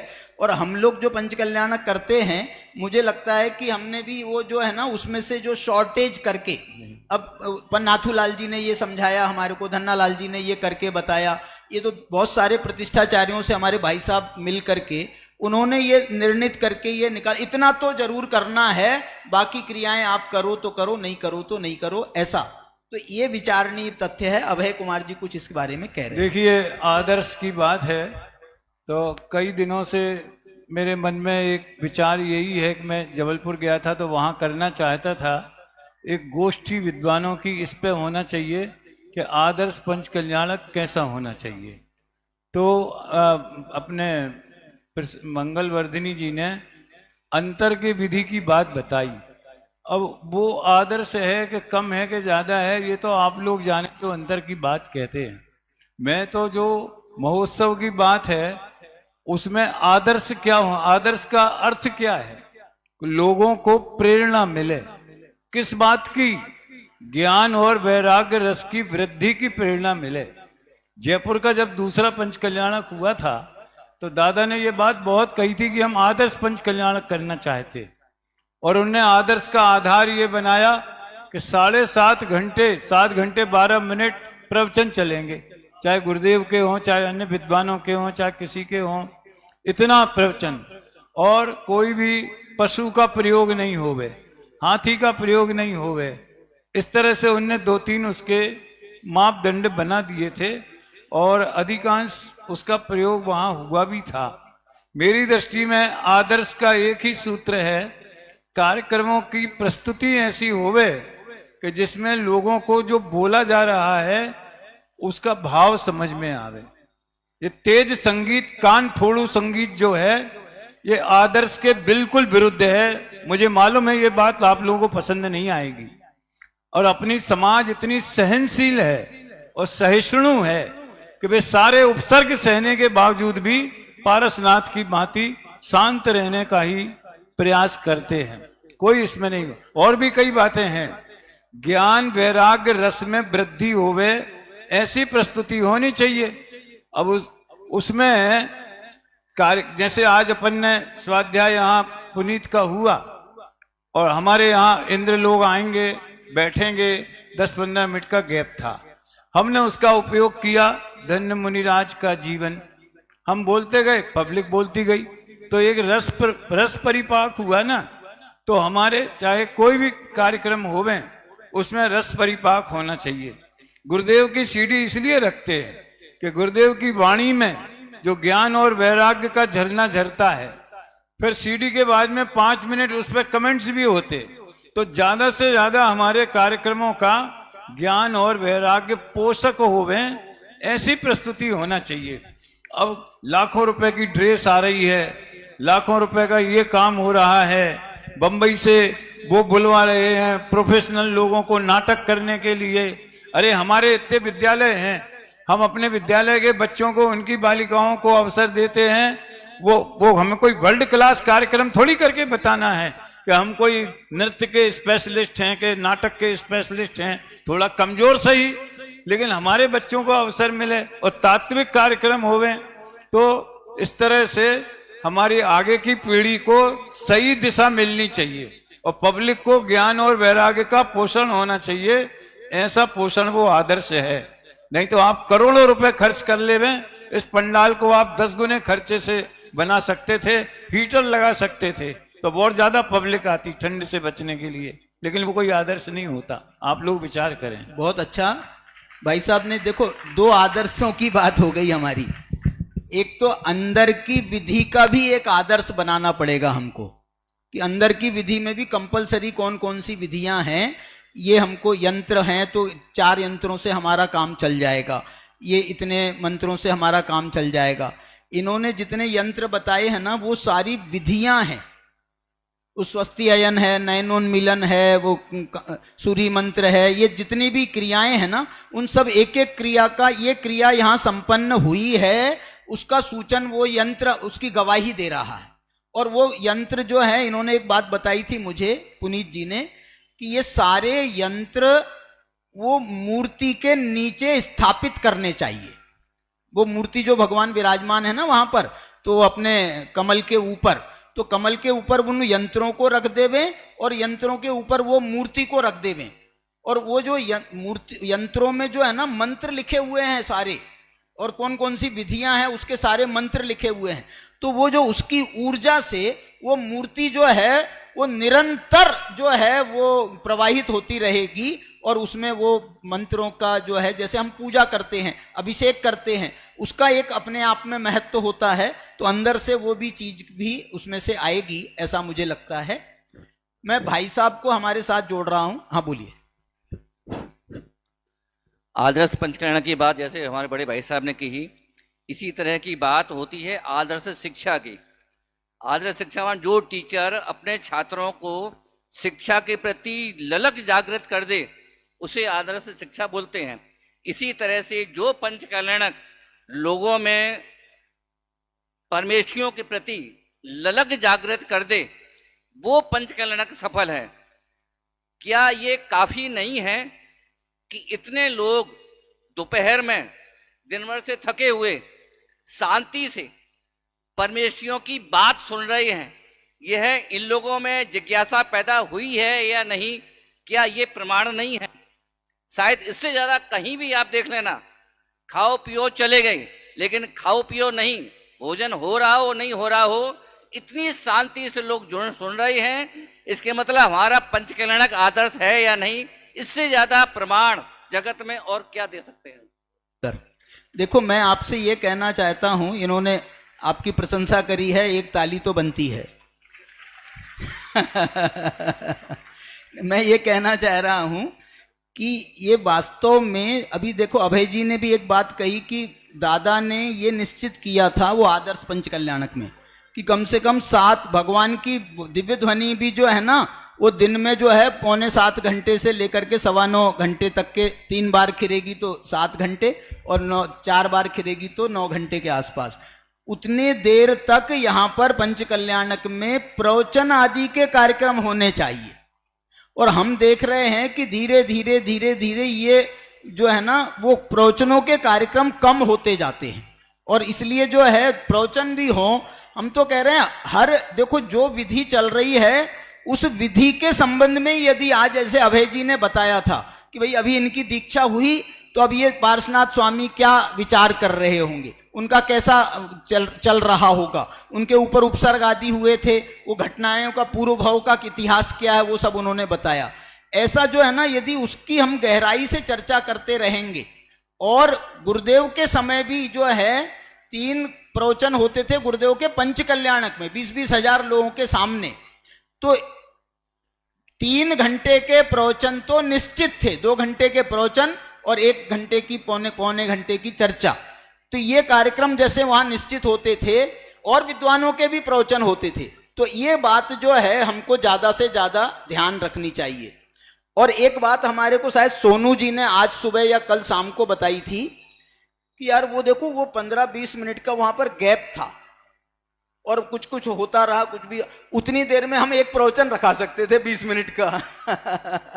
तो मैं ये कह रहा हूं हमको जो है ना ये प्रवचन आदि कार्यक्रमों के लिए टाइम चुराना चाहिए। चुराना बोल रहा हूं मैं, चुराना माने हमको जो है बिल्कुल हमको दिखा कि यहां गैप है, यहां पर हम और विद्वान से निवेदन कर देवें कि भैया 15 मिनट का समय है, 20 मिनट का समय है, आधा घंटे का समय है, इतनी देर में पुनीत जी को आधा घंटे का समय दिया था सुबह, इन्होंने 25 मिनट में पूरा कर दिया था। तो जो है वो हम वो काम कर सकते हैं। और यदि ये लाभ मिलेगा ना समाज को, तो मेरी दृष्टि में वो सर्वोत्तम लाभ होगा, सर्वोत्तम लाभ होगा। और इस बात को हमको ये मौके का लाभ उठाना चाहिए। मैं तो जो है एक बार भीलवाड़ा में पंच कल्याणक हुआ था आज से 10-1 साल पहले। उस समय हमने 4 गोष्ठियां कराई थी, 4 पंच कल्याणक में 4 टाइम ऐसे चुराए थे कि भैया ये 1 घंटे का समय है तो बोले 1 घंटे की गोष्ठी करा लेंगे, बोले यहां पर 2 घंटे का समय तो मैंने 2 घंटे की करा लेंगे। तुम्हारे पास में जितना समय हो। और ये गोष्ठियां कराने से ये लाभ भी होता है कि देखो हम 8 विद्वानों का 9 विद्वानों का यहाँ पर लाभ ले रहे हैं। यदि एक विद्वान का प्रवचन रखते तो एक विद्वान का ही प्रवचन का लाभ मिलता, लेकिन हमको यहाँ पर सबका मिल रहा है। और कितनी बढ़िया बात है कि उन्होंने एक बात कही तो इन्होंने इसमें जोड़ा है, हमारे सचिंद्र जी ने या पुनीत जी ने। तो उसका कोई वरिष्ठ विद्वान है वो कोई बुरा नहीं मान रहे कि भैया तुमने यार मैंने कह दिया था, तुमने ऐसा उसका ऊपर से तुमने कमेंट कर दिया। तो ये जो है ये बहुत वीतराग चर्चा है, ये वीतराग परिचर्चा है। तो मैं अब जो निवेदन कर रहा हूं भाई साहब से मेरे से लेना है, आप लोग 1-1 मिनट में बोल सकते हैं। भाई साहब को बोलने के लिए सामग्री दे रहा हूं। बहुत सामग्री, हाँ बोलो बोलो बोलो। हमारे पास 3 पार्ट दिखाई दे रहे हैं। एक पर्दे के पीछे जो पूरी की पूरी प्रक्रिया घटित होती है, एक पर्दे के आगे जो मंचन होता है, और तीसरा पार्ट व्यवस्थाओं को लेकर के होता है जो सारी की सारी व्यवस्थाएं होती हैं। अब यहाँ प्राइमरी हमने पर्दे के पीछे के पार्ट को माना है, मतलब वो व्यवस्था वहाँ सारी प्रक्रिया क्रमशः घटित होनी चाहिए जैसी होती है। यहाँ पर भी वैसा ही कुछ मंचित होना चाहिए, हम अपेक्षा करते हैं, और व्यवस्थाएं सर्वोत्तम हो। अब स्थिति ऐसी भी हो सकती है कि पर्दे के पीछे शिथिलता हो, यहां बहुत भव्यता हो पर्दे के सामने, और व्यवस्थाएं अतिशय भव्य हो। तो आदर्श स्थिति कौन सी घटित होगी? बहुत सुंदर, बहुत सुंदर। मैंने एकदम उल्टा हो रहा है। मैंने अंदर की विधि में शिथिलता हो रही है, यहाँ पर थोड़ी चुस्ती है, अच्छे कार्यक्रम हो रहे हैं। और व्यवस्थाएं देखो तो साहब 20-20 प्रकार के व्यंजन बनाए जा रहे हैं भोजन के, और ये हो रहा है और वो हो रहा है। तो ये जो है ना, और एसी कमरों में ठहराया गया है, वो भाई साहब आ ही नहीं पाए कार्यक्रम में, तुमने तो उनको ठहरा दिया है, शहंशाही तरीके से वो रुके हुए हैं। तो जो है ये सच्ची बात है कि ये आदर्श नहीं माने जा सकते हैं। लेकिन हम जो हैं इस संबंध में हमारे पुनीत जी भी कुछ कह रहे हैं, और मैं भाई साहब को इसमें जोड़ना चाहता हूं, और वो क्या विचार करते हैं वो अवश्य बताएं। और इसके साथ में जो है मैं दूसरी विधियों के संबंध में भी बात करना चाहता हूं। भाई साहब से मेरा जो प्रश्न होगा, भाई साहब आप सोच लेना, शांति जाप क्यों करते हैं, ध्वजारोहण का क्या महत्व है, नांदी विधान क्या चीज है, मंगल कलश स्थापना भी उसको कहते हैं। इसके साथ में फिर जो है आचार्य अनुज्ञा आदि के ये संपन्न होती हैं विधियां, ये विधियों का क्या महत्व है। ये बिल्कुल प्रारंभिक विधियां हैं, पहले दिन की कह लें या उसके भी पहले की। तो इनको इंद्र प्रतिष्ठा के बारे में भी थोड़ा सा बताएं। तो बोलिए, आप थोड़ा सा बोल लीजिए, फिर भाई साहब को लेते हैं। 2007 में मैं नया मुमुक्षु बना था। उस समय जो अपने पंच कल्याणक प्रतिष्ठा महोत्सव होते थे, उसमें आकर्षण का केंद्र ये होता था कि कौन कौन से विद्वान आए हैं, कितने स्वाध्याय हुए हैं, कौन सी गाथाएं ली हैं, पंडित जी ने क्या न्याय निकाला है, क्या नई बात हुई है। बाहर भी भोजनशालाओं में भी लोग वो चर्चाएं करते थे। पर आज मेरे देखते ही देखते मतलब 2007 से और ये 2024 में अब जो पंच कल्याण की सफलता का पैमाना या आकर्षण का केंद्र हो गया है वो यह है कि कितना भव्य पांडाल है, कितने अच्छे डांस हुए, कैसी भोजनशाला है। मतलब आप सोचो, मुझे तो डर लगता है कि कहीं ऐसा ना हो कि जहां से हम चले थे वहीं वापस लौट जाएं। मतलब ये जो आखिरी पॉइंट था ना, आराधना में पूजा और स्वाध्याय, वाह। वो पहला पंच कल्याणक, जैसा कि पंडित साहब ने कहा था, मैंने जयपुर का ही अटेंड करा था टोडरमल स्मारक का, जिसमें 7.5 घंटे। तो इतनी खुशी, और मेरे मम्मी पापा तो तब बनने की प्रोसेस में थे मुमुक्षु, तो जब वो गए तो वो इतने ज्यादा उससे मतलब सेटिस्फाइड हुए कि ये होता है धर्म, और वहां से उनमें भी परिवर्तन आया। वाह, बहुत सुंदर, बहुत सुंदर। देखो, ये विधि पर हमको जाना चाहिए, और ये यदि हम इस पर थोड़ा सा भी विचार करेंगे तो मैं समझता हूं आज की हमारी गोष्ठी सफल मानी जाएगी। हाँ भाई साहब, अभिनंदन जी। तो इसके लिए तो भूगांव में एक पंच कल्याणक और कराना नहीं नहीं, आपके जबलपुर से काम चला लेंगे हम। आपके जबलपुर से काम चला लेंगे, आप जबलपुर में ये सब करके दो। हाँ भाई साहब, अभिनंदन। तज्जयति परम ज्योति समम समस्त अनंत पर्याय ही दर्पण तल इव सकला प्रतिफलति पदार्थ मालिका यत्र है। मैंने सबसे पहले पंचनाथ परमागम मंदिर का देखा था। हम तो हॉल में रुके थे, हॉल में हम क्या कम से कम 300-400 लोग रुके थे उसमें। उसके बाद में फिर भोपाल का, गुरुदेव का, उस भोपाल में तो मेरे हाथ में बहुत व्यवस्था थी, सारा पेमेंट मैं ही करता था। और भोपाली घटना आपको कहूं तो आप आश्चर्य करोगे, मैं वास्तव में धन्य कुमार बेलोकर की वजह से जिंदा हूं। हाँ, वहां क्या हुआ, गुरुदेव का नाम किसी मूर्ति पे नहीं लिखा गया था। बड़ी मूर्ति है उस पर भी गुरुदेव का नाम नहीं लिखना दिया, छोटी 9 इंच की मूर्ति है उस पर भी गुरुदेव का नाम नहीं लिखने दिया। केवल एक प्रतिमा थी कुंद आचार्य की, सनावत की, उस पर गुरुदेव का नाम लिखा हुआ था। रात को 2 बजे हम बहुत आ गए दूसरे मित्र पक्ष के, बोले इसमें आपने कांजी स्वामी का नाम लिखा है मूर्ति पर। इनका नहीं लिखा भैया। बाबू भाई जी के पास गए, बाबू भाई जी बोले भैया तुम एक काम करो, नहाओ, और मैंने प्रतिष्ठा मंजूषा में से वो मूर्ति निकाल के दिखाई।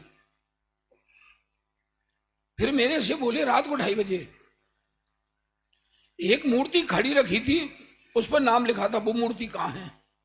धन्य कुमार जी बेलोकर ने मुझसे वो मूर्ति उठवा करके स्टोर रूम में, पहले 2 गेट हुआ करते थे और 2 मंच हुआ करते थे। एक मंच पर तो भगवान की प्रतिष्ठा होती थी और एक साइड का मंच होता था, उस पर गुरुदेव के प्रवचन होते थे, विद्वानों के प्रवचन होते थे। वो मूर्ति मैंने अलमारी में नीचे रख दी थी उठा करके। सवेरा हुआ 7:30 बजे 20-25 लोग आ गए एकदम। बोले वो खड़ी मूर्ति किसकी थी? वो खड़ी मूर्ति कहाँ? उस पर कांजी स्वामी का नाम लिखा है। मैं अंदर था, मेरे पास चाबी थी अलमारी की। धन्य कुमार जी बेलोकर बोले तू उस गेट से भाग जा और चाबी अलमारी की जो अध्यक्ष थे लालचंद जी सराफ, वो सौधर्मिंद बने हुए थे, उनको जाके विधान चल रहा था याग मंडल, तो उनको जाके मैंने सौंपी और मैं तो सीधा अपना घर चला गया। उस दिन वास्तव में मेरी बहुत बुरी दुर्दशा होती। चलो हमारे प्रश्न का जवाब तो दे दो। तो सुनो भगवान, तुम सुनो यार, आज याद आ गया तो बताता हूं। 40-45 साल बाद देखिए, जाप इसलिए की जाती है, मैं तो ये समझता हूं कि मेरा जो काम निर्विघ्न होता है वो शांति जाप से होता है। और मैं तो पहले कहता हूं भैया, मैं जाप 5-6 दिन पहले करवाता हूं, क्योंकि इन दिनों सबको कार्यक्रम देखने की रुचि होती है, इसलिए जाप कोई कर नहीं पाते ढंग से। इसलिए मैं तो पहले कहता शांति जाप माने शांति से करो, 2 माला फेरो, 3 का समय हो 3 मालाएं करो, 4 करो, 5 करो, 10 करो, कोई चिंता नहीं। मंत्रों में अचिंत शक्ति है, टोडरमल जी के शब्द हैं, टोडरमल जी के शब्द है मूषण प्रकाशक में, मंत्रों में अचिंत शक्ति है। तो शांति जाप इसलिए किया जाता है जिससे हमारे कोई विघ्न ना आए, सबके मन में शांति रहे और सब शांति से कार्य करें। दूसरा आपने क्या बोला फिर? नांदी विधान क्यों होता है? नांदी विधान देखिए, नांदी विधान की प्रक्रिया ये है, जो आजीवन ब्रह्मचर्य व्रत लेते हैं माता पिता, वो माता के द्वारा वेदी पर मंगल कलश की स्थापना होती है। लंदन में जब मैं पंच कल्याण कराने गया, वहां उन्होंने मुझे पूछा कलश का क्या महत्व है, कलश क्यों रखते हो आप? तो मैंने उनके लिए कलश के बारे में 14 पॉइंट लिख के दिए थे। हाँ, मैंने कहा आज भारत में किसी के यहाँ शादी होती है, तोरण पे बहनें कलश लेके खड़ी होती हैं, दरवाजे पे शिखर पे कलश रखा जाता है, कलश नहीं है तो वो शिखर अधूरा माना जाता है। बहुत 14 पॉइंट लिखे, याद नहीं मुझे अभी ऐसे। अकेले जैनों में नहीं, हिंदू समाज में भी कोई उनके यहाँ भागवत गीता का पाठ होता है, कुछ होता है, तो भले ही वो मिट्टी का कलश लेके चलती हैं, लेकिन बहनें कलश लेके चलती हैं। कलश का बहुत बड़ा महत्व है। नहीं, इसका नाम नांदी विधान क्यों है? नांदी विधान तो मैं तो यही समझता हूं, बस इसका ही नाम नांदी विधान है कि माता के द्वारा उसकी कलश की स्थापना करते हैं। ये हमारे सोनू जी, आपने प्रतिष्ठा पाठ में लिखा हुआ है इसका। सोनू जी बता रहे हैं। सोनू जी बोलो। सोनू। आनंद भयो। नंद धातु से शब्द बनता है। नंद का मतलब उत्सव, आनंद। कुछ अपूर्व अवसर आया है तो उसका शुभारंभ आनंद के साथ किया जाए, यही शाब्दिक व्युत्पत्ति से तो यही बैठेगा। नहीं, देखो शाब्दिक व्युत्पत्ति का कोई मतलब, देखो शब्द ऐसे जो दिए हैं, मंगल कलश भी जो है वो बहुत पवित्रता का सूचक है, और कलश को धारण करके जो है ना एक आनंद की लहर आती है महिला के अंदर में। मतलब जो है, जो भी वो मंदिर के ऊपर कलश होता है, कलश को देख करके हम जो है इसका क्या इतिहास रहा होगा, यदि हम इस पर जाएंगे तो ये आनंदी साथ उसके साथ में जुड़ जाएगी, और वो आनंदी विधि होने के कारण से इसको नांदी, मैंने उसमें से आ शब्द कम कर दिया है, वो नांदी अकेला रह गया है, ये उसका विधान है ना। चलिए, और ये ध्वजारोहण का भाई साहब, गोत्र परिवर्तन वगैरह नांदी विधान के समय किया जाता है। अच्छा, हाँ, सौधर्मेंद्र का लिखा है उसमें, यज्ञनायक, माता पिता, कुबेर आदि जो प्रमुख पात्र हैं उनके लिए नियम दिलाए जाते हैं, और उनको समझाया जाता है कि आपके लिए इस समय से कोई सूतक पातक नहीं रहेगा। ये आनंद की बात है। अब घर में तुम्हारे कुछ भी होता रहे, हमारे ये इस कार्य में कोई विघ्न नहीं आएगा, ये जो है आनंद की बात है ना, तो ये इसलिए वो विधि वहां पर कराई जाती है। हाँ भाई साहब। और अभी होता है ना नंद धातु, हाँ, आनंद के उपलक्ष्य में होती है। बराबर। योगेश मुझे बता रहे थे, हाँ, योगेश मुझे बता रहे थे, नंद धातु आनंद के उपलक्ष्य में होती है। हाँ, बोलो। संस्कृत साहित्य शास्त्र में एक भरत मुनि हुए हैं, हाँ, और उन्होंने एक नाट्य शास्त्र नाम का ग्रंथ लिखा। हमारी भी आचार्य परंपरा में आपस में इस प्रकार का तालमेल रहा है। तो उस भरत मुनि के नाट्य शास्त्र में, नाट्य शास्त्र उसका नाम इसलिए है कि जो भी मंच पर प्रस्तुति होती है, नाटक होता है, तो स्टेज का साइज क्या होना चाहिए, उसमें क्या क्या विधि विधान होना चाहिए, उन सब का वर्णन वहां भी मिलता है, और उसमें भी एक नांदी विधान की परंपरा है। उसमें भी नांदी विधान होता है। वाह। हाँ बोलो। एक ये हमारे सचिंद्र जी भी कुछ बता रहे हैं। एक मिनट। नांदी नाम के गाय होती है जो समृद्धि और सुख की प्रतीक होती है। हमारा जो कार्यक्रम है नांदी नहीं, नंदी बोलते हैं उसको, नंदी। हाँ, उससे प्रतीक नंदिनी भाव और नांदिनी, उसका भी प्रतीक कहीं है। देखिए, अपना जो भारत है देश, जो संस्कृति प्रधान है, और मैं इसलिए बोल रहा हूँ क्योंकि मैंने सन 2012 में बीएड जब की थी तो मैंने प्रोजेक्ट लिया था मंगल कलश।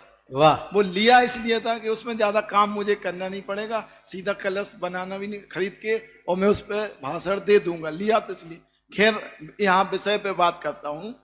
जो कलश है वो आनंद का प्रतीक तो है ही, विघ्न का हरता तो है, यानी वो प्रतीक माना जाता है। और जो थोड़ा हमारी पुनीत जी से भी इस संबंध में चर्चा हुई थी, तो वो कलश जो है पूरी तरह से भरा, उसमें जो हम सामग्री डालते हैं और हम उसके साथ जो मंत्र बोलते हैं, कलश अकेले, बहुत सारी महिलाएं कहती हैं हमारे घर में तो 10 कलश हो गए, कोई कहता है 20 कलश हो गए, अब क्या करें। तो ये कलश आजकल लोगों ने लेना बंद कर दिया है, तो जबकि ऐसा नहीं है। घर में पैसा आदि बढ़ता है तो क्या हम मना करते हैं कि अब रकम बढ़ रही है तो अलग करें, नहीं, अब बंद कर दे। तो ये मंगल हमारे इसका निमित्त नैमित्तिक संबंध है शरीर से, सुख से, आरोग्यता से, इसीलिए मंगल कलश विराजमान करते और एक प्रतिज्ञा सूचक भी है। हाँ, इसका एक विज्ञान और भी बता रहा हूं मैं। एक तो नांदी विधान होता है, नांदी विधान का कब फंक्शन होता है। एक हम जो विधान कराते हैं वो याग मंडल पूजा विधान कराते हैं। मैं इस संबंध में जरूर विद्वानों से चर्चा करना चाहता हूं। ये याग मंडल पूजा विधान कराना क्यों आवश्यक है, और ये याग मंडल, व्हाट इज दिस याग मंडल, ये याग मंडल क्या है, ये याग का मंडल ये क्या है, इसका यदि थोड़ा सा हम चर्चा कर लेवें तो इस पर जो है थोड़ी, ये देखो वहां आनंद का काम कर रहे हैं और यहां पर वो आनंद का उत्सव है, और यहां पर ये पूज्य जनों की आराधना करके हम उसको और पक्का पवित्रता भी उसमें ला रहे हैं। आनंद में पवित्रता लाने का विधान ये याग मंडल है। बताएंगे याग मंडल के बारे में? बहुत मार्मिक चर्चाएं हैं, ये छोटे छोटे जो बिंदु आ रहे हैं और सभाओं में इनकी चर्चा के मौके मिलते नहीं हैं। याग शब्द ये भारतीय संस्कृति में इतना गुथा हुआ है। यज शब्द है मूल में, मूल धातु यज। यज का मतलब पूजा करना, अर्चना करना, सम्मान करना, सेवा करना, ऐसे अनेक अर्थ इसके हैं। वैसे अकेला शब्द होता है तो यज्ञ बनता है, लेकिन मंडल जब जुड़ जाता है उसमें तो याग मंडल हो जाता है। तो याग मंडल यानी सेवा करना, पूजा करना, सम्मान करना। किनका करना, ये कैसे निर्धारित करें? तो जो जगत के सर्वश्रेष्ठ हैं, इष्ट हैं, पूज्य हैं, उनकी सेवा करना, उनका सम्मान करना। तो कितने हैं ऐसे कि वो तो मंडल है, पूरा वलय बन जाता है। उस वलय में सभी की हम सेवा, सम्मान और पूजा करते हैं। कौन है, थोड़ा उस पर भी हम देखें हैं तो मूल रूप से अगर संक्षेप में देखा जाए तो नवदेव की पूजा है वो। और जब हम विस्तार में जाते हैं, वसुनंदी प्रतिष्ठा में जब देखते हैं तो सबसे पहले 5 परमेष्ठी का हम अर्घ्य समर्पित करते हैं। फिर चत्तारी मंगल पाठ संबंधी 12 अर्घ्य करते हैं। उसके बाद में त्रिकालवर्ती जो 24 ही हैं, 24, 24, 24 ऐसे त्रिकालवर्ती 72 अर्घ्य समर्पित करते हैं। उसके बाद जो वट्टनते, माणुसे, खेते जो विद्यमान तीर्थंकर हैं 20, उन 20 तीर्थंकरों को अर्घ्य समर्पित करते हैं। उसके बाद 5 परमेष्ठियों के जो मूल गुण हैं 46, 8, उसमें 46, 8, 36, 25 और 28 मूल गुण। उसके बाद 64 रिद्धियों को भी अर्घ्य समर्पित करते हैं, ऐसे 64 रिद्धिधारी जो विशिष्ट परमेष्ठी गण हैं। और अंत में जो शेष देव 4 बचते हैं, जिन बिंब, जिन मंदिर, जिन वाणी और जिन धर्म, ऐसे 4 अर्घ्य, ऐसे 440 अर्घ्य या नहीं, ये काउंटिंग जो बैठती है ये 440। देखो इसमें मैं आपको ये बताऊं, देखो ये इतना बड़ा कार्यक्रम कर रहे हैं हम, पंच कल्याणक प्रतिष्ठा महोत्सव, हजारों आदमी इसमें आएंगे, अनेक प्रकार की विधियां होंगी, इतनी सुरक्षा यंत्र, सुरक्षा भी हमको रखना है, कोई प्रकार का कोई प्रकार की आपत्ति ना आ जाए, कोई विघ्न पैदा ना हो जाए। तो इसके लिए जैसे हमारे घर में भी कोई छोटा मोटा शादी ब्याह का कार्यक्रम होता है तो हम एक शांति विधान कराते हैं पहले, और वो कोई ऐसा उसका उद्देश्य नहीं है कि इसके कारण से सब कुछ ठीक हो जाएगा, लेकिन हम अपने मन को शांत करने के लिए, अपने मन के संतोष के लिए वो शांति विधान करते हैं। ये भी पंच कल्याणक प्रतिष्ठा महोत्सव के पहले करने वाला एक वृहत शांति विधान है। इसका एक और महत्वपूर्ण पक्ष है भाई साहब, शांति विधान में भी 9 देवता ही हैं। हाँ वहां भी हैं। ये तो रीति नीति कुंद कुंद आचार्य की है, ते ते सव्वे समगम समगम पत्तेगमेव इसलिए मैं कह रहा हूं इस सारे पूज्य पदों को हम वास्तव में आमंत्रित कर रहे हैं अपने कार्यक्रम में। वो आए तो आए, नहीं आए तो नहीं आए, लेकिन हमारा काम क्या है? हमारा काम है उनको बुलाने का। ऐसे ही हम उनको आमंत्रित कर रहे हैं और ये आह्वान करके ही, ये विधान करके, पूजा करके, जोर जोर से बोल करके हम आह्वान कर रहे हैं ना, सिद्धों को आह्वान कर रहे हैं, अरहंतों को आह्वान कर रहे हैं कि आइए आइए आइए पधारिए। तो जो है हम सामान्य लोगों को बुला रहे हैं और पूज्यों को नहीं बुलाएंगे। तो ये याग मंडल जो है ये उसका प्रतीक है। इसमें एक बिंदु और ये है कि लोक में हम कोई भी कार्य करते हैं तो उसमें पंच बनाते हैं, जो समाज के श्रेष्ठ हों, सम्माननीय हों, उनको हम पंच बनाते हैं। उनकी हाजिरी में ये प्रतिष्ठा कार्य संपन्न हो रहा है। तो मोक्ष मार्ग के जो हमारे शीर्षस्थ भाई साहब प्रश्न बहुत सारे हैं आपके लिए, इसलिए ये विधि उसी के अनुसार हम लोक रीति में भी अनुसरण करते हैं। ये याज्ञ मंडल विधान का ये रहस्य है, बहुत सुंदर परिदृश्य है। चलिए मैं इसमें एक बात और करना चाहता हूं। आप लोगों ने सुना होगा, बोले ये कौन से भगवान हैं? बोले ये मूल नायक हैं। बोले ये कौन से भगवान हैं? बोले ये दूसरे और भगवान जो प्रतिष्ठित होने आए हैं वो हैं। ये कौन से भगवान हैं? बोले ये विधि नायक हैं। मेरा प्रश्न है, विधि नायक कौन है, मूल नायक कौन है और दूसरे प्रतिष्ठेय भगवान कौन है? इतने भगवान यहां पर प्रतिष्ठा उसमें आते हैं, इनके बारे में थोड़ा सा कुछ बताया जाए। और इसके अलावा भी क्या पंच कल्याणक में और भी भगवान रहते हैं? और वो रहते हैं तो क्यों हैं और उनका क्या महत्व है? इस बारे में मैं प्रश्न पूछना चाहता हूं, कौन इसका जवाब देगा? हाँ बोलिए मंगलवर्धनी जी। प्रतिष्ठा ग्रंथों में मूल नायक को मंदिर का स्वामी बताया गया है और यहाँ तक कि मूल नायक की वेदी पे स्थापना का मंत्र अलग है और अन्य भगवानों की स्थापना का मंत्र अलग है। और भी जो ज्योतिष वगैरह की मूल नायक मतलब जो मंदिर में सबसे बड़े भगवान हैं और जिनके नाम से वो मंदिर है, इसका मतलब है उनके स्वामी, वो मंदिर के स्वामी वो हैं। तो इस अपेक्षा से ये बात कह रहे हैं। हाँ बोलिए। अब दूसरी बात कि ज्योतिष के पंच कल्याणक संबंधी ज्योतिष आदि की बात करें तो जो भी मुहूर्त आदि निकलते हैं या राशि आदि निकलती हैं वो सब मूल नायक के साथ ही मैच की जाती हैं, यजमान की। एक बात और बता दूं, जो पहले बात चल रही थी मुझे उससे याद आ गई कि माता पिता से ही नांदी कलश क्यों विराजमान कराते हैं? क्यों? क्योंकि प्रतिष्ठा पाठ में जैसे आचार्य ने कहा है कि माता पिता ही पंच कल्याणक के यजमान हैं, तो यजमान के हाथ से ही क्या होगा, जो मुख्य कलश है वो विराजमान होगा। दूसरा कि कलश का दूसरा नाम है पूर्ण कलश, तो पूर्णता के लक्ष्य से की गई शुरुआत ही वास्तविक शुरुआत है, इसलिए प्रारंभ में वो नांदी कलश विराजमान किया जाता है। हाँ, विधि नायक, मूल नायक विधि नायक। हाँ, अब विधि अध्यक्ष भगवान, तो विधि अध्यक्ष भगवान वो हैं। पहले विधि नायक बताओ फिर विधि अध्यक्ष बताओ। पहले विधि अध्यक्ष का क्रम है, चलिए पहले हैं मूल नायक। वो तो सबके ऊपर है विधि अध्यक्ष। हाँ। मूल नायक के भी ऊपर है। क्यों है? मेरी बात सुनो।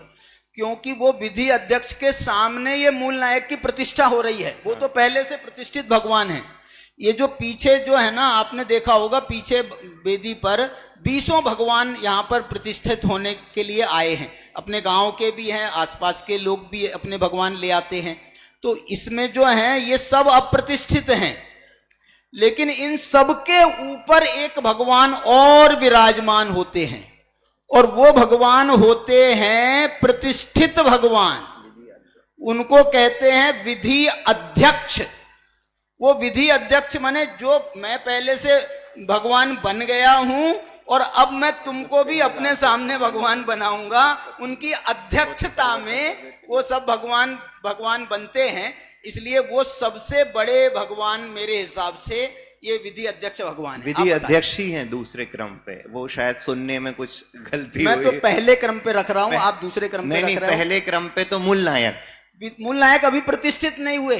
ना ना ना ना चलो ठीक है, आप कोई भी मान मैं लो। शुरू से बताता हूँ। जिस मंदिर से अपन विधि अध्यक्ष को लेके आए हैं उस मंदिर के पहले मूल नायक हैं, क्योंकि वो तो हम प्रतिष्ठित मंदिर से मूल लेके आए हैं। नायक भगवान मूर्ति तो अभी अप्रतिष्ठित है, मूल नायक भगवान की। ना ना एक किसी चलो अब आगे बढ़ो, छोड़ो। आगे बढ़ो। तो जो विधि अध्यक्ष हैं वो वह हैं जिनकी अध्यक्षता में सारी प्रतिष्ठा विधि होती है। क्यों? क्योंकि हमको पूजाएं करनी है, और पूजाएं हम इन नए भगवानों की तो अभी कर नहीं सकते। क्यों? क्योंकि ये तो अभी क्या है, प्रतिष्ठित नहीं है। तो विधि अध्यक्ष को विराजमान किया जाता है। विधि अध्यक्ष विराजमान करने का भी अलग मंत्र है, फिर उनको विधि पर्यंत वहां से हटाया नहीं जाता है, और उनकी अध्यक्षता में ही पूरी क्या होती है, विधि होती। और अब विधि नायक, विधि नायक वो हैं कि ढेर सारी प्रतिमाएं हमारी यहाँ पे प्रतिष्ठित होने आई हैं, लेकिन सारी प्रतिमाओं पे विस्तार से विधि नहीं हो सकती। सारे इतने बड़े भगवानों को हम मंजूषा में, पेटी में नहीं रख सकते, सारी प्रतिमाओं के नीचे यंत्र नहीं रख सकते। तो विस्तार विधि एक प्रतिमा पे की जाती है। उन सभी प्रतिष्ठेय प्रतिमाओं में से जो 9 इंच की होती है धातु की, उसको हम विधि नायक प्रतिमा कहते हैं। देखो, अब मैं एक प्रश्न आप लोगों से पूछ रहा हूं। एक विधि नायक हो गए, विधि अध्यक्ष हो गए, मूल नायक हो गए, और अन्य प्रतिष्ठेय प्रतिमाएं हैं वो भी हो गई। आपको ये पंच कल्याणक में इनके अलावा भी कोई भगवान दिखाई देते हैं क्या? आप लोगों से प्रश्न है, क्या इनके अलावा भी कोई भगवान होते हैं? हाँ बोलिए। क्या? तुम तो बने बनाए भगवान हो, इसके अलावा जो अपन लाते हैं यहां पर उनकी बारे में मैं पूछ रहा हूं। इनके अलावा कोई भगवान है क्या? वो देखो, वो महिला जो है उधर हाथ दिखा रही है, वो उस साइड में भगवान है। वो कौन से हैं? वो विधि अध्यक्ष हैं क्या? वो विधि नायक हैं क्या? वो मूल नायक हैं क्या? वो कौन है? मैंने ये पंच कल्याणक में जो हमारी नित्य नियम की पूजन विधि संपन्न होगी वो भगवान के सामने होगी। यहां पर तो अंदर जाने की परमिशन नहीं रहती है, यहां अंदर जाने की परमिशन नहीं रहती है। हम लोग जबरदस्ती घुस जावे या कोने में ऐसा पर्दा करके देख लेवे, वो अलग बात है, नहीं तो वहां परमिशन नहीं है। परमिशन वहां दर्शन के भगवान है, दर्शनीय, और वो दर्शन, उनकी दर्शन करो, पूजा करो, अभिषेक करो, सारी विधियां अपनी संपन्न करो। चलिए, अब मैं एक बात और पूछना चाह रहा हूं। सबसे पहले हम जो है ना, एक 16 स्वप्न के बारे में भाई साहब चर्चा कर रहे थे। ये 16 स्वप्नों का क्या महत्व है, ये मुझे पूछना है। और एक 16 स्वप्न में एक स्वप्न आता है, उस स्वप्न में ये बात आती है कि भाई वो मुख में प्रवेश करता हुआ, अपन बोलते हैं ना वो अंतिम वाला, तो उस समय ये भी कहा जाता है कि ये स्वर्ग से चय होकर के ये भगवान ये गर्भ में आए। प्रश्न ये है कि जब वो श्रेणी के राजा आएंगे, महापद्म के तीर्थंकर के गर्भ में आएंगे, तो उस समय हम क्या बोलेंगे? कौन से स्वर्ग से आए? क्योंकि वो तो नरक से आ रहे हैं। तो नरक से आने वालों के लिए क्या कोई अलग से विधि है, या कोई उसको हम फिर गौण कर देते हैं बात को? अब भाई साहब अभिनंदन जी, मेरे पास में ये वाला प्रश्न जो है व्हाट्सएप पे आया है, किसी ने भेजा है, बोले नरक से आएंगे, उनके बारे में क्या समाधान है? देखिए, तीर्थंकर का जीव 2 गति से ही आता है, बराबर, या तो देव गति से या नरक गति से। हाँ जी। मनुष्य गति से आगे तीर्थंकर नहीं होते यहाँ भरत क्षेत्र में, और त्रिंच गति से आगे नहीं होते। वो जो स्वप्न है वो ये प्रदर्शित करता है कि कोई महान जीव है, बस ये समझ लीजिए आप, कोई महान जीव हमारे पेट में आ रहा है बस। हाँ बताइए। दूसरा, ये बहुत बड़ा मैसेज है, मेरा बेटा कहीं से आए पर मैं तो अपने बेटे की सर्वश्रेष्ठ ही कल्पना करूंगा। तीर्थंकर के गर्भ में, माँ के गर्भ में बच्चा कहीं से आ रहा है, लेकिन एक ताज्जुब की बात है, जो मैसेज दे रहा है कि मेरा बच्चा इस जगत का सर्वश्रेष्ठ ही बने, ऐसे स्वप्न ही हर माँ देखती है। नहीं, इस बात का स्वप्न में प्रतीक है। स्वप्न में ऐसा आएगा क्या मेरा बेटा नरक से आ रहा है, उसमें ऐसा स्वर्ग से अवतरण होता हुआ दिखता है ना एक स्वप्न में, तो ये नरक से आता हुआ ऐसा दिखेगा कि स्वप्न में उसको? बोलिए। प्रश्नकर्ता ने जो आपको प्रश्न भेजा है, तुमने भेजा क्या? नहीं, अच्छा।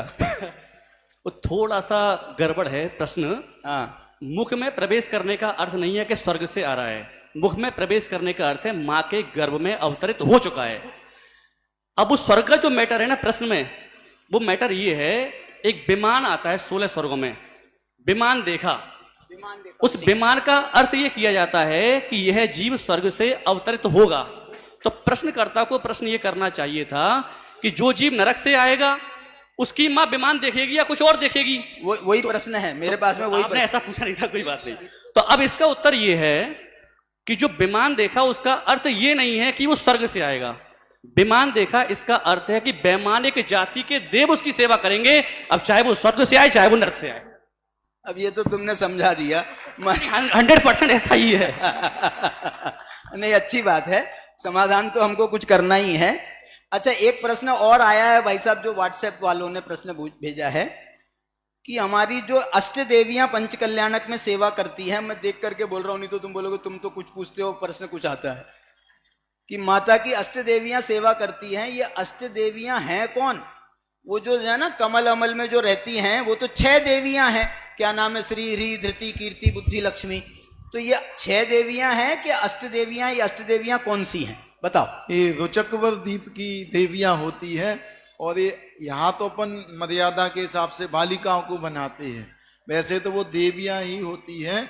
और रुचकवर द्वीप से वो देवियां होती हैं जिनको इंद्र नियुक्त करता है कि भाई देवी आपको माता की सेवा करना है। हाँ जी। और कोई बता रहा है? इसी में सुरबालाएं भी प्रयोग करते हैं कि सुरबालाएं आएंगी। मतलब अष्ट 8 का क्या मतलब है? 8 वो आगम में 8 और 56 कुमारियों का विधान बस है। तो 8 नाम आते होंगे ना? नहीं, और वो 56 कुमारी नाम में भी आते हैं, लेकिन बहुत मतभेद है। आदि पुराण में अलग हैं, तिल्लोय प्रणति में अलग हैं, 63 सलाका पुरुष में अलग हैं, यहाँ तक कि एक प्रतिष्ठा पाठ में तो 9 बताई, तो अच्छा। और कुछ में रुचिकरवासी बताई, तो उसमें बहुत मतभेद है। उनकी आज तक संख्या, नाम कहाँ की हैं, कुछ भी निर्धारित नहीं हो पाया। लेकिन सब जगह एक प्रतिष्ठा पाठ को छोड़ के सब जगह 8 हैं, और वो ही हैं श्री, ह्री, सब। अच्छा, ये देवियां होती हैं कि कुमारियां होती हैं? हाँ, मैं वही कह रहा था, सुर बालाएं अब नृत्य करने आएंगी ऐसा प्रयोग करते हैं। वो कहने में बालाएं प्रयोग कर दें, लेकिन वहां देवों और देवियों के बच्चे नहीं होते हैं, तो सभी नियम से या तो देव होते हैं या देवियां होती हैं। अब प्रयोग में हम कुछ भी करें वो एक अलग बात है। अच्छा भाई साहब, आपसे एक प्रश्न है, भाई साहब को देना माइक। प्रश्न ये है कि जो तीर्थंकर होते हैं उनकी प्रतिष्ठा, तीर्थंकर मूर्तियों की प्रतिष्ठा की तो हमको बात समझ में आ जाती है कि भाई उनके नाम मिलते हैं, माता पिता के नाम मिलते हैं, ये भरत क्षेत्र में जैसे जैसे। लेकिन जैसे भूतकाल के और भविष्य काल के तीर्थंकरों की प्रतिष्ठा करनी हो तो क्या करते हैं? इसके अलावा जो तीर्थंकर ना हो, जैसे बाहुबली आदि हैं, उनकी प्रतिष्ठा करना हो तो फिर हम क्या विधि अपनाते हैं? पंचकल्याणक तो उनके हुए नहीं, तो फिर यहाँ पर उनके पंचकल्याणक में उनको बुला करके उनकी प्रतिष्ठा विधि क्यों कर रहे हैं? बाहुबली वगैरह के जैसे गर्भ कल्याणक उनका नहीं मनाते, जन्म कल्याणक नहीं मनाते, दीक्षा कल्याणक से उनकी विधि की जाती है। नहीं करो आप, मैं तो ये कह रहा हूँ गर्भ में तो वो भी आए, जन्म में तो उनका भी हुआ, और नहीं देवों ने कल्याणक नहीं मनाए। लेकिन जैसे प्रतिमा है यहाँ पर बाहुबली भगवान की प्रतिष्ठा करने को आई, तो आप उसमें गर्भ कल्याणक की विधि कुछ नहीं करोगे, जन्म कल्याणक की विधि नहीं करोगे? नहीं करते। अच्छा, फिर क्या करेंगे? सिर्फ दीक्षा, दीक्षा कल्याणक से। तो दीक्षा कल्याणक तो उनका हुआ नहीं, दीक्षा ही हुई सिर्फ। हाँ। तो उसी दीक्षा की विधि को ही दीक्षा कल्याणक के रूप में मान लेते हैं। हाँ, जैसा कि पंडित साहब ने कहा कि उसमें गर्भजन नहीं मनाते, उसमें चिन्ह में भी अंतर रहता है। तीर्थंकरों की प्रतिमा में श्रीवत्स होता है। अच्छा। और सामान्य केवलियों के सीने में श्रीवत्स नहीं होता, वो 8 चिन्ह नहीं होता, वो 8 दल कमल का फूल वैसा नहीं होता। अच्छा, आप क्या बता रहे हैं? इसमें जैसा पंडित साहब ने कहा कि 2 कल्याणक शुरू के नहीं मनाते, बाद के 3 मनाते, और इसमें तिलकदान, अधिवासना वगैरह के मंत्र भी अलग रहते हैं, कल्याणक वाले नहीं रहते, सामान्य मंत्र रहते हैं। हाँ, सामान्य मंत्र। तो मेरे को लग रहा है जब सामान्य मंत्र रहते हैं तो फिर गर्भ कल्याणक के समय भी सामान्य मंत्र उनका गर्भ में आए तो सामान्य मंत्र करो, उसको एकदम से छोड़ क्यों दे रहे? भगवान प्रतिष्ठा होने तो वो भी आए हैं, विधि करने में क्या दिक्कत है? कुछ प्रतिष्ठा ग्रंथों में गर्भ के दिन उनकी एक सामान्य सर्वौषधि से शुद्धि कुछ में अपन लोग नहीं करते हैं, और जन्म के दिन मात्र वस्त्र पहनाने का विधान है ताकि जब दीक्षा करें तो उन वस्त्रों को उतार दें बस। लेकिन अपने यहाँ और जो भी अपने प्रचलित प्रतिष्ठा पाठ हैं उनमें 3 ही संक्षिप्त विधि में बताए हैं। पर मैंने एक संकलन ग्रंथ देखा तो उसमें उन्होंने 8 प्रकार के क्वाथों से सामान्य शुद्धि करी गर्भ के दिन, और जन्म के दिन वस्त्र पहनाए ताकि दीक्षा के दिन उतार दें। अच्छा, ये और बाकी के तीर्थंकरों का क्या करें भाई साहब? तीर्थंकर माने जैसे भूतकालीन, भविष्यकालीन, विदेश क्षेत्र के तीर्थंकर हैं, बोले कोई धातकी खंड के तीर्थंकर हैं, तो इन लोगों के माता पिता का नाम जानना जरूरी होता है क्या? बिना माता पिता के नाम के भी हम प्रतिष्ठा कर सकते? अकृत्रिम चैत्यालयों के तो अकृत्रिम बिंब हैं, उनकी प्रतिष्ठा कैसे होती है? देखिए ऐसा है, विदेश क्षेत्र के जो तीर्थंकर हैं, 20 तीर्थंकर, उनके तो माता पिता के नाम हैं, माता पिता के नाम है, उनका क्षेत्र का भी है सब पूरा वर्णन बराबर। हाँ, बाकी और विशेष कहीं नहीं मिलते। और विदेश क्षेत्र के 20 तीर्थंकर की भारत में सबसे प्राचीन प्रतिमाएं अमरावती में महाराष्ट्र में शांति सागर जी महाराज जो पहले हुए हैं, उन्होंने उनकी प्रतिष्ठा कराई है। 20 प्रतिमाएं तलघर में 3.5 फीट की एक बराबर की हैं विदेश क्षेत्र की। उसके बाद से फिर परंपरा चल गई, और सबसे प्राचीन प्रतिमा तो लगभग 580 वर्ष प्राचीन बयाना में है। उसमें लिखा है, बीच में मेरे पास फोटो है, जीवंत स्वामी, जीवंत स्वामी शब्द लिखा है वहां। आओ विपिन, यहाँ आ जाओ। कहाँ है विपिन जी? जीवंत स्वामी, आओ आओ। श्री सिमंदर स्वामी नाम लिखा है, जीवंत स्वामी ऐसा लिखा है। जीवंत स्वामी, सिमंदर भगवान को जीवंत स्वामी कहा है। जीवंत स्वामी क्यों कहा जाता है सिमंदर भगवान को? वो जिंदा है साक्षात आज भी, इसलिए उनको जीवंत स्वामी भी कहा जाता है। चलिए, और जो है इसमें एक मैं, और अकृत्रिम चैत्यालयों के भगवान कैसे विराजमान, कैसे उसकी प्रतिष्ठा होती है? अकृत्रिम चैत्यालयों की विधि तो वैसी ही होती है, बस जैसे भगवान के पंचकल्याणक होते हैं ना, वो उसी प्रकार से करते हैं। अब कई लोग कहते हैं कि वो तो अकृत्रिम है, उनकी क्या प्रतिष्ठा करना? तो भैया ऐसे तो बाजार से लाकर के और विराजमान कर दो, क्या महत्व रहा उनका? विराजमान उसकी प्रतिष्ठा तो करनी पड़ेगी ना, तो होना पड़ेगी ना उनकी बराबर। प्रतिष्ठा तो करना चाहिए उनकी बराबर, इसलिए उनकी प्रतिष्ठा की जाती है बराबर। अच्छा, इसमें माता पिता के नाम की जरूरत विधि नायक के लिए ज्यादा आवश्यक है कि बाकी सभी भगवानों के लिए भी आवश्यक है? सभी के लिए आवश्यक नहीं है, सभी के लिए आवश्यक नहीं है, तो विधि नायक के लिए ही वो गोत्र परिवर्तन के समय में नाम लिखा जाता है बस। हाँ जी। अच्छा भाई साहब, मैं एक बात पूछना चाह रहा हूं, आप लोगों में से भी कोई जवाब दे सकते हैं कि ये पंच कल्याणक की जो प्रमुख विधियां हैं, वो तो हमको समझ, गर्भ की प्रमुखता है, जन्म की है, ये मुख्य घटनाएं हैं, लेकिन जो बाकी की घटनाएं हम दिखाते हैं कि जैसे नेमिनाथ में बारात दिखाते हैं, तुम्हारे अभी पार्श्वनाथ में और दूसरी वो कुछ दूसरी विधि भी दिखाते हैं, तो इनकी क्या जरूरी है, इनका क्या आवश्यकता है? हम बिना उसके भी तो कर सकते हैं। 5 कल्याणक तो सामान्य होते हैं, सभी तीर्थंकरों के होते हैं, तो हम वो 5 कल्याणक कर दे। पालना झूलन का क्या महत्व है? ये लोग वो बता रहे थे पालना झूलन का तो कहीं कोई आलगम में उल्लेख भी नहीं है, प्रतिष्ठा पाठों में भी नहीं है, तो हम क्यों कराते हैं फिर? भाई साहब, एक और बात जोड़ना चाहता हूँ, क्या इसके बिना भी पर्दे के पीछे जो विधि होती है उससे ही पंच कल्याणक हो सकता है क्या? पंच कल्याणक भाई साहब, वो 1 दिन के पंच कल्याणक, 3 दिन के पंच कल्याणक, 5 दिन के पंच कल्याणक, ऐसे अलग अलग होती है ना, तो वो विधि के आधार पर तय हो जाता है शायद। हाँ भाई साहब बताइए। देखिए, पालन झूलन वगैरह ये सामान्य बात है। कोई राजा महाराजा का बालक पैदा हो तो वो सबको, नगर वालों को खुशी होती है, सब देखने आते हैं, पालना झुलाते हैं। तो तीर्थंकर जैसा बालक आया है जिस राजा के यहाँ, तो देख आ जाते हैं लोग देखने के लिए। प्रभावना का काल है, बस ये प्रभावना का काम है। अच्छा, ये पालना झूलन में सौधर्मेंद्र आता है क्या नहीं आता? ऐसा कुछ नहीं है, सौधर्मेंद्र तो वस्त्र पहनाने आता ही है, और मूल शरीर तो उनका कभी आता ही नहीं है। सौधर्मेंद्र का मूल शरीर तो आता ही नहीं है। नहीं, ये तो वो तो कोई भी इंद्र का नहीं आता है, वो लोग तो अपनी विक्रिया से अपने वैक्रियक शरीरों को भेजते हैं। लेकिन मतलब ये मेरा तो ये कहना, ये पालना झूलन का कार्यक्रम तो ये मध्य लोक वालों का है, इसको सुरेंद्रों से देवताओं से कुछ लेना देना नहीं है। देवताओं का लेना देना तो ऐसे काम जो अलौकिक काम है, सुमेरु पर्वत पे कौन ले जाएगा, ये हमारे बस का रोग नहीं है मनुष्यों के, इसलिए वो तो देवताओं को ही सौंपा है कि भैया तुम्हें ही कराओ। तो जो है बाकी के ऐसे जो छोटे मोटे काम है तो ये हम अपने घर में ही कर लेंगे, हम पालना झुला लेंगे। मैं डायरी नहीं लाया। हाँ जी, डायरी में लिख के रखा है कि भरत क्षेत्र के तीर्थंकरों का कौन सी पांडुशिला पे अभिषेक होता है। हाँ, और विदेश क्षेत्र की अलग, ऐरावत क्षेत्र की अलग, अलग अलग जो 5 मेरु हैं उनमें अलग अलग मेरुओं पर अभिषेक होते हैं। ऐसा मेरे पास लिखा रखा, याद नहीं है मुगाद। अच्छा भाई साहब, हाँ बोलो। भरत क्षेत्र संबंधी मतलब जो सुमेरु पर्वत है, सुमेरु पर्वत पर 4 विदिशाओं में 4 प्रकार की शिलाएं हैं। पांडुशिला, पांडुकम्बला, रक्तशिला, रक्तकम्बला शिला। भरत क्षेत्र संबंधी जो तीर्थंकर हैं तो वो हमारे से नजदीक जो शिला है इधर नैऋत्य, वहां उनका अभिषेक होता है, इसका नाम पांडुशिला है।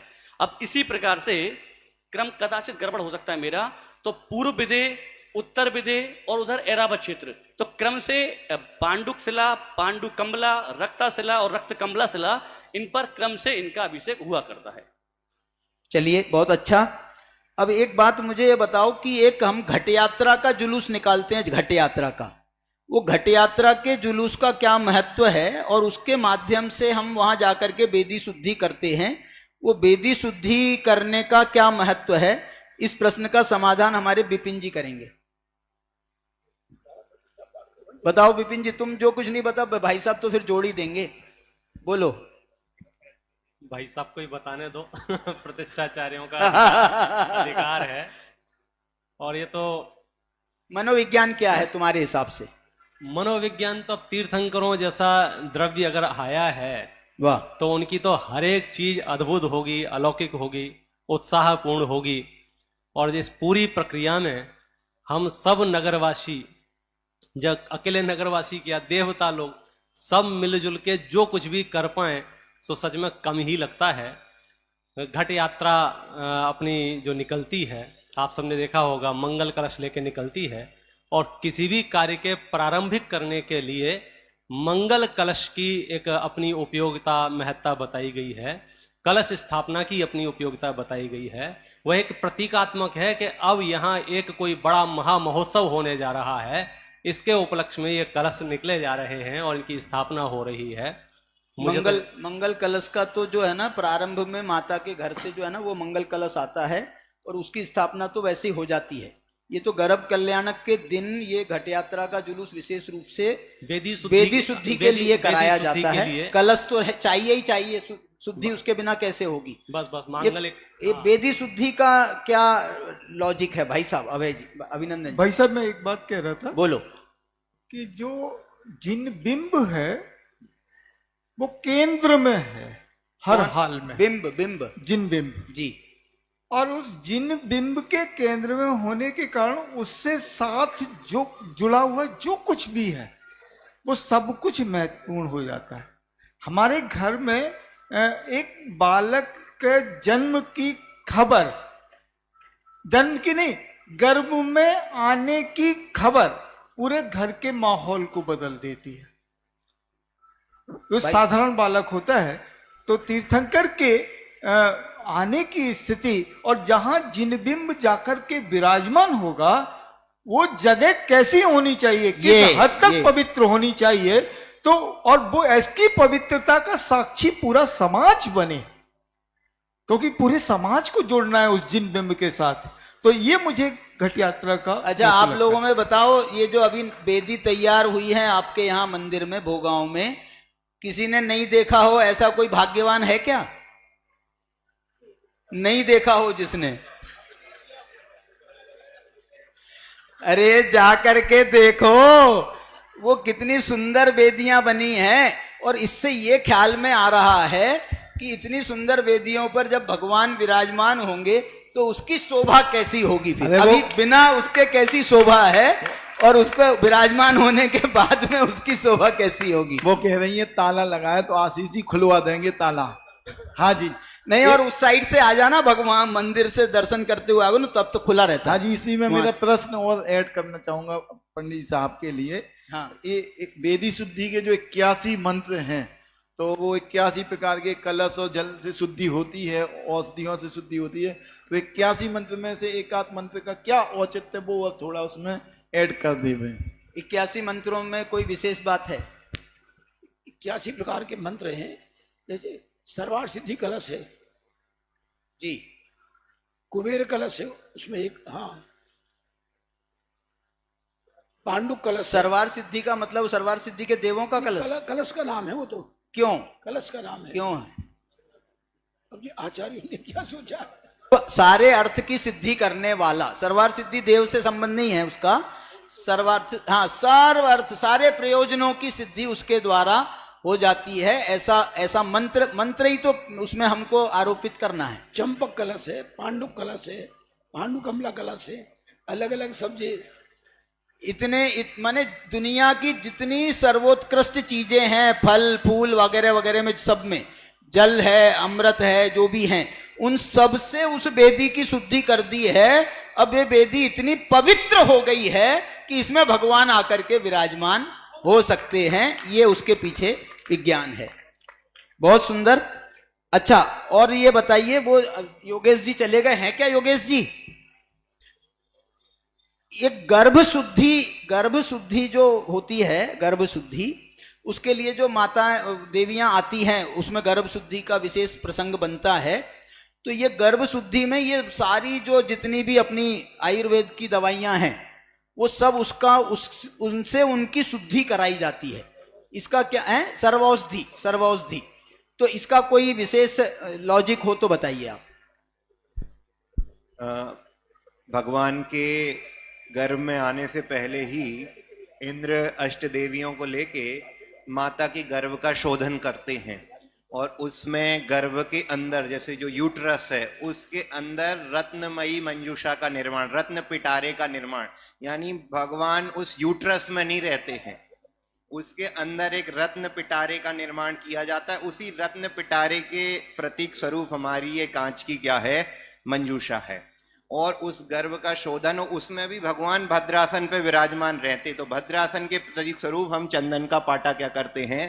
प्रयोग करते हैं। तो उसकी शुद्धि करी जाती है, जिससे, क्योंकि भगवान है तो अशुद्धि में, असुचि में, यूट्रस के डायरेक्ट संपर्क में वो नहीं रहेंगे। और इसमें एक बात है कि जो तीर्थंकर की माता होती हैं, वो पुष्पवती तो होती हैं, लेकिन रजस्वला नहीं होती, यानी भैया इसका मतलब समझ लेना, उनको एग्स बनते हैं लेकिन उनको अशुद्धि नहीं होती, यानी कि, हाँ। और वो तो बता ही दिया था कल कि उनका उदर बड़ा नहीं होता, रूप ज्ञान सबकी वृद्धि होती जाती है, कोई उनको लेबर पेन या कोई तकलीफ या कोई डकार है या वॉमिट, वो कुछ भी नहीं होता, बल्कि उनके आनंद में, लौकिक आनंद में भी उत्तरोत्तर, जैसे भगवान की वृद्धि होती अंदर, वैसे वैसे उनके आनंद की भी दिन रात क्या होती जाती है? वृद्धि होती जाती। बोलो। अब अपन को जो है 5-10 मिनट में अपन अपनी चर्चा को विराम देंगे। 4:30 बज गया है, तो मेरे को लगता है इससे ज्यादा अपने को नहीं, कोई उठने को तैयार नहीं है, ये बात तो सही है, लेकिन अपने को कार्यक्रम तो पूरा करना है। हाँ, बोलिए। प्रश्न है, पहले मैं उसका उत्तर दे रहा हूं, और कोई और दूसरा उत्तर हो तो अति आवश्यक है वो, हाँ, तो आप भी बताएंगे। बताओ। प्रश्न ये है, आपने कहा आदर्श पंचकर्णक क्या होना चाहिए, आदि, और इस समय मुझे जो उसका उत्तर में उपयोगिता लग रही है, विद्वानों की है, या मंच के जो लोग, जो मंच के काम देखते हैं विद्वान और जो सब, उनकी तो उपयोगिता है। जो जन सामान्य यहाँ बैठा हुआ है, इसको कैसे इन्वॉल्व किया जाए? तो मान लीजिए कि 5 दिन में हमने खूब भक्ति की, नृत्य कराया, तालियां बजवाई, यही इनका काम है क्या जन सामान्य का? कुछ इंद्र बन गए, कुछ राजा बन गए, यही इनका काम है क्या? कुछ और काम नहीं हो सकता क्या? तो उसका उत्तर मैं दे रहा हूं कि और काम ये हो सकता है कि पंच कल्याणक में हमने 5 दिवसों में भगवान जो मंदिर में विराजमान किए हैं, अब वह मंदिर समवसरण का प्रतीक हो गया है, और समवसरण उसे कहते हैं जब प्रतिदिन दिव्य ध्वनि कीर्ति हो। अब हम सबका यह कर्तव्य है, हम जहां रहते हो और वहां जो मंदिर हो उसमें प्रतिदिन कम से कम 1 घंटे तो दिव्य ध्वनि खिरना ही चाहिए। ये हम सबको नियम लेकर के जाना चाहिए, तब हमारी पंच कल्याण की सार्थकता होगी और मंदिर की सार्थकता होगी। और इसके साथ में स्वाध्याय के साथ में जो और भी विधियां होती हैं अपनी, मतलब अभिषेक है, पूजन है, वो ऐसा नहीं हो कि वो पुजारी वो अभिषेक कर लेगा, हम लोग तो जो है अपने घर में बैठे हैं, मतलब ये बहुत अच्छा नहीं है। हमारा जो है पूरा अच्छी तरह से पंच कल्याणक के समय जितना उत्साह हमारा है ना, ऐसा उत्साह हमारा आजीवन के लिए उसमें कायम रहे, तभी तो हमने वो मंदिर बनाया है। और जो इन्होंने बात कही समवसरण के प्रतीक वाली, उससे बढ़िया तो दूसरी कोई बात ही नहीं हो सकती है। मैं अंतिम एक प्रश्न कर रहा हूं कि एक केवल ज्ञान कल्याणक के दिन एक विधि होती है अंकन न्यास की विधि होती है। और भाई साहब एक पहले कोई अंग न्यास की भी विधि होती थी क्या? जन्म कल्याणक गर्भ कल्याणक के दिन पहले अंगन न्यास अलग है और अंकन न्यास अलग है, क्या दोनों एक ही बात है? अंगन्यास वो जो है जब जाप में बैठते हैं ना तब विधि होती है सब अंगों की शुद्धि। हाँ, तो वो अंग न्यास है। अंगन्यास अच्छा। अंक न्यास है, मूर्ति पर एक एक छोटा छोटा पूरे वर्णमाला स्थापित की जाती है, उसका नाम है अंक न्यास। क्यों? मतलब सर्वांग दिव्य ध्वनि खिलती है, सर्वांग दिव्य ध्वनि खिलने वाली है भाई। और दिव्य ध्वनि जो है ये वर्णों और स्वरों से ही बनेगी ना, तो वो जो मूल वर्ण है, मूल स्वर हैं, उन सबकी स्थापना, इनके कोई स्थान भी फिक्स हैं क्या भाई साहब? सबके स्थान अलग अलग फिक्स हैं। अच्छा। हाँ, सबके अलग अलग स्थान है। कवर्ग अलग है, चवर्ग अलग है, टवर्ग अलग है, पवर्ग अलग है। शॉर्ट में बताइए। हाँ, जैसे छोटा आ, हाँ, बड़ा आ, छोटी ई। और हम यहाँ के वहां कर देंगे तो कुछ गड़बड़ हो जाएगी। क्यों कर देंगे? क्यों गड़बड़ क्यों कर देंगे? इसलिए तो मेरे हाथ में सौंपते नहीं है ये लोग। हाँ बताओ भाई साहब, आप पुनीत जी। जहां जहां फिक्स है जी वही, जी वही, जी वही। बहुत अच्छा। में जो इस तरीके से है आ ई उ ए आई ओ औ अंग अहा, फिर काखा गा गा गा, यहाँ हाथ में पूरा कवर, दाएं हाथ में, फिर बाएं हाथ में, फिर दाएं पैर में, फिर बाएं पैर में, फिर उसके बाद नाभि में, फिर वक्ष स्थल पे, फिर दाएं स्तन पे, फिर बाएं पे, फिर उसके नीचे और अच्छा एक ये तो इन्होंने अंकन न्यास बताया भाई साहब। एक ह्रीम की स्थापना आजकल होने लगी है अलग अलग मंदिरों में, वेदियों पे ह्रीम, बड़ा ह्रीम विराजमान करते हैं और उसमें 24 तीर्थंकरों की स्थापनाएं होती हैं। और उसमें भी उन्होंने उसके स्थान फिक्स कर रखे हैं कि यहाँ पर पुष्पदंत माने भगवान, यहाँ पर ये शीतलनाथ, यहाँ पर आदिनाथ, यहाँ पर वर्धमान। तो ये इन सब के पीछे कोई लॉजिक किसी को मालूम हो तो बताओ। ह्रीम 24 तीर्थंकर, बीजाक्षर जितने भी हैं, जैसे ओम है तो पंच परमेष्ठी का वाचक है, ह्राम है वो अरहंत का वाचक है। हाँ, ओम ह्राम रीम रूम ह्रौम रहा, आप देखेंगे तो अरहंत से दाचा उपाध्याय साधु, फिर बाद में क्या जोड़ते हैं? असी औसा, तो एक और ह्रम जो है ह्रीम भी ह्रीम 24 तीर्थंकर का वाचक है। नहीं, ओम तो हो गया पंच परमेष्ठी का, राम अरहंत का, और ह्रीम सिद्ध का भी है और 24 तीर्थंकर का भी है। हाँ, 24 तीर्थंकर का भी और सिद्ध का भी है। ऐम है वो जिनवाणी का वाचक है। अपन वो सिद्ध चक्र यंत्र में वो बीच में रम विराजमान करते हैं, रम वो सिद्धों का वाचक है। नहीं, वो एक्चुअली तिलक दान में वो यंत्र प्रयोग होता है, और तिलक दान जब अपन भगवान को करते हैं तो भगवान की नाभि में भी हिरम लिखा जाता है, और वो यंत्र तिलक दान में भी उस यंत्र का क्या होता है? प्रयोग होता है। प्रतिष्ठा पाठों में ऐसा आया है। हाँ, इन मंत्रों के कहीं अर्थ नहीं है, ये मंत्र साधना के हैं। आपने देखा होगा धर्षण आचार्य ने दोनों को पुष्पदंत भूतबली को 2 मंत्र दिए थे, आप इनकी साधना करो, अर्थ नहीं बताए थे।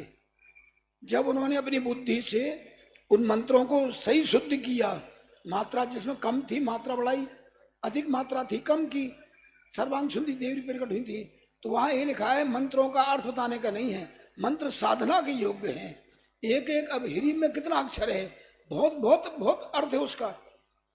बहुत काय का? बीजाक्षर कहलाते हैं, बीजाक्षर कहलाते हैं। बीज बीज। अब एक गेहूं के बीज में दाने में अपने खुरई वाले श्रीमंत सेठ ने 110 दाने पैदा किए थे एक गेहूं के दाने में, इसलिए उनको कृषि पंडित की उपाधि दी गई थी। 1 क्विंटल गेहूं बोया और 110 क्विंटल गेहूं पैदा हुआ था। बीज अक्षर, बीज कितना होता है? एक मक्का के एक दाने में कितने भुट्टे निकलते हैं? अब एक एक भुट्टे में 400-500 दाने होते हैं। बीज का बहुत महत्व है। बस वाह, बहुत सुंदर। माने अनेक फलवती उसका फल है, उसका अनेक प्रकार का। अब मैं एक अपनी चर्चा को विराम दे रहा हूं और आप लोगों से यदि आप लोगों के मन में कोई प्रश्न आ रहा हो तो वो जो है आपको अंदर ही अंदर ना खुजली होती रहे, इसलिए मैं आपसे वो प्रश्न पूछ ले रहा हूं। किसी का इच्छा हो तो खड़े होकर के अपना प्रश्न पूछ सकता है हमारे। हाँ जी, बोलिए सर, बोलो सर, थोड़ा यहां आ जाओ पास में। माइक में चल।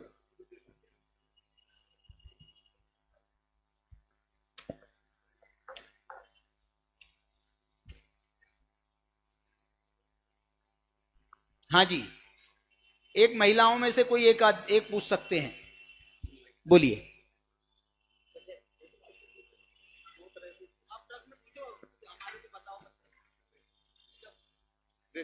चल और अचल प्रतिमा की स्थापना कैसे, अलग अलग विधि? चल प्रतिमा और अचल प्रतिमा का क्या स्वरूप है और क्या उसका फर्क है? ये बहुत अच्छा प्रश्न था, बहुत अच्छा प्रश्न था। Thank you, thank you. देखिए, छोटी प्रतिमा जो धातु की होती है वो चल प्रतिमा है। उसे रथ यात्रा में ले जा सकते हैं या कहीं बड़े हॉल में दूसरे के ज्यादा संख्या में लोग हों, वहां विधान करना हो तो उसको वहां ले जा सकते हैं। अचल प्रतिमा वो होती है पाषाण की बड़ी प्रतिमा, जिसके नीचे सीमेंट लगाते हैं, फिक्स कर देते हैं, वो अचल प्रतिमा कहलाती है। और कोई इसका कोई कारण है? पत्थर की हो तो अचल और धातु की हो तो चल। धातु की बड़ी हो तो भी अचल हो सकती है। अच्छा, और पत्थर की छोटी हो तो वो भी चल हो सकती है। पाषाण की प्रतिमाओं को रथ यात्रा वगैरह में नहीं रखना चाहिए। अच्छा, हाँ, अच्छा। एक घटना सही घटना है। अब मुझे ये पता नहीं कौन सन की बात है, लेकिन कम से कम 25-30 साल तो हो गए होंगे।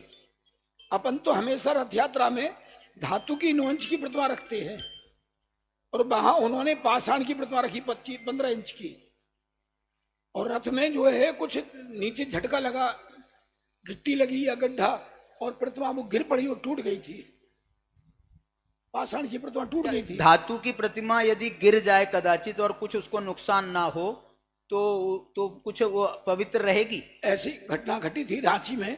मैं हजारीबाग में था 10 लक्षण में, और रांची में रथ यात्रा में क्या हुआ, एक व्यक्ति की बोली बहुत महंगी गई, तो समाज वालों ने सोचा क्यों ना इसकी दुकान के आगे से भगवान को ले चल रथ को। और वहां क्या हुआ, गड्ढे भी थे और समाज ने ध्यान नहीं दिया।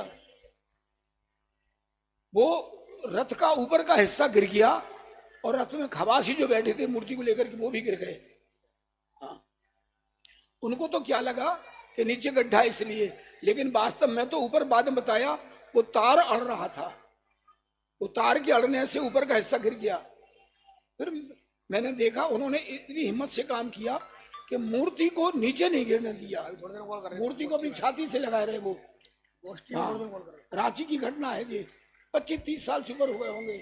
हाँ भाई साहब, अंतिम एक प्रश्न मेरा ये है प्रतिष्ठाचार्य जी से, क्या हम रथ यात्रा में मूलनायक प्रतिमा अगर धातु की हो तो क्या उसका मंगल विहार करा सकते हैं?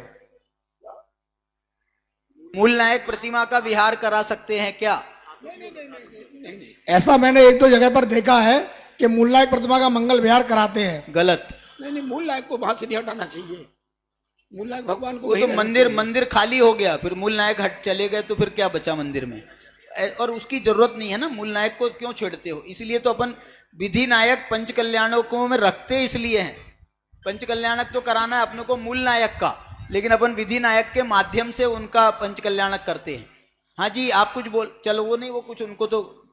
चलिए अब समापन करते हैं और बोलो भाई साहब, बोलो भैया, अब कोई मत आना। जैसे अभी बात आई कि वेदी शुद्धि के लिए घट यात्रा में जो जल ले जाती हैं महिलाएं, वो अपने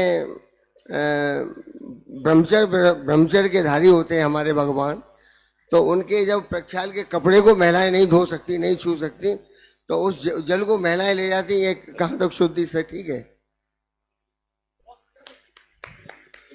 नहीं, भगवान का भी अभिषेक हो तो महिलाएं जल ले जा सकती हैं, उसमें क्या बात है? अभी भगवान विराजमान नहीं हुई है ना, अभी वेदी शुद्धि हुई है। कारीगरों ने वहां चप्पल जूते पहन के बैठ के वेदी बनाई होगी। हो सकता है पान बीड़ी खाए हुए आए हो और वेदी बनाई हो, इसलिए उसकी शुद्धि के लिए ये मंत्र है। बाकी अपने यहाँ और विधान कोई नहीं है सुधार का। नहीं, वेदी शुद्धि के लिए महिलाएं जल ले जा सकती हैं, वो सही है, ये पूछ रहा हूँ। हाँ हाँ, वो है, विधान ही ऐसा है, विधान ही इस प्रकार का है। ठीक ठीक। कलशों को ले जाने का विधान महिलाओं के पास सुरक्षित है, जन्म कल्याणक का भी।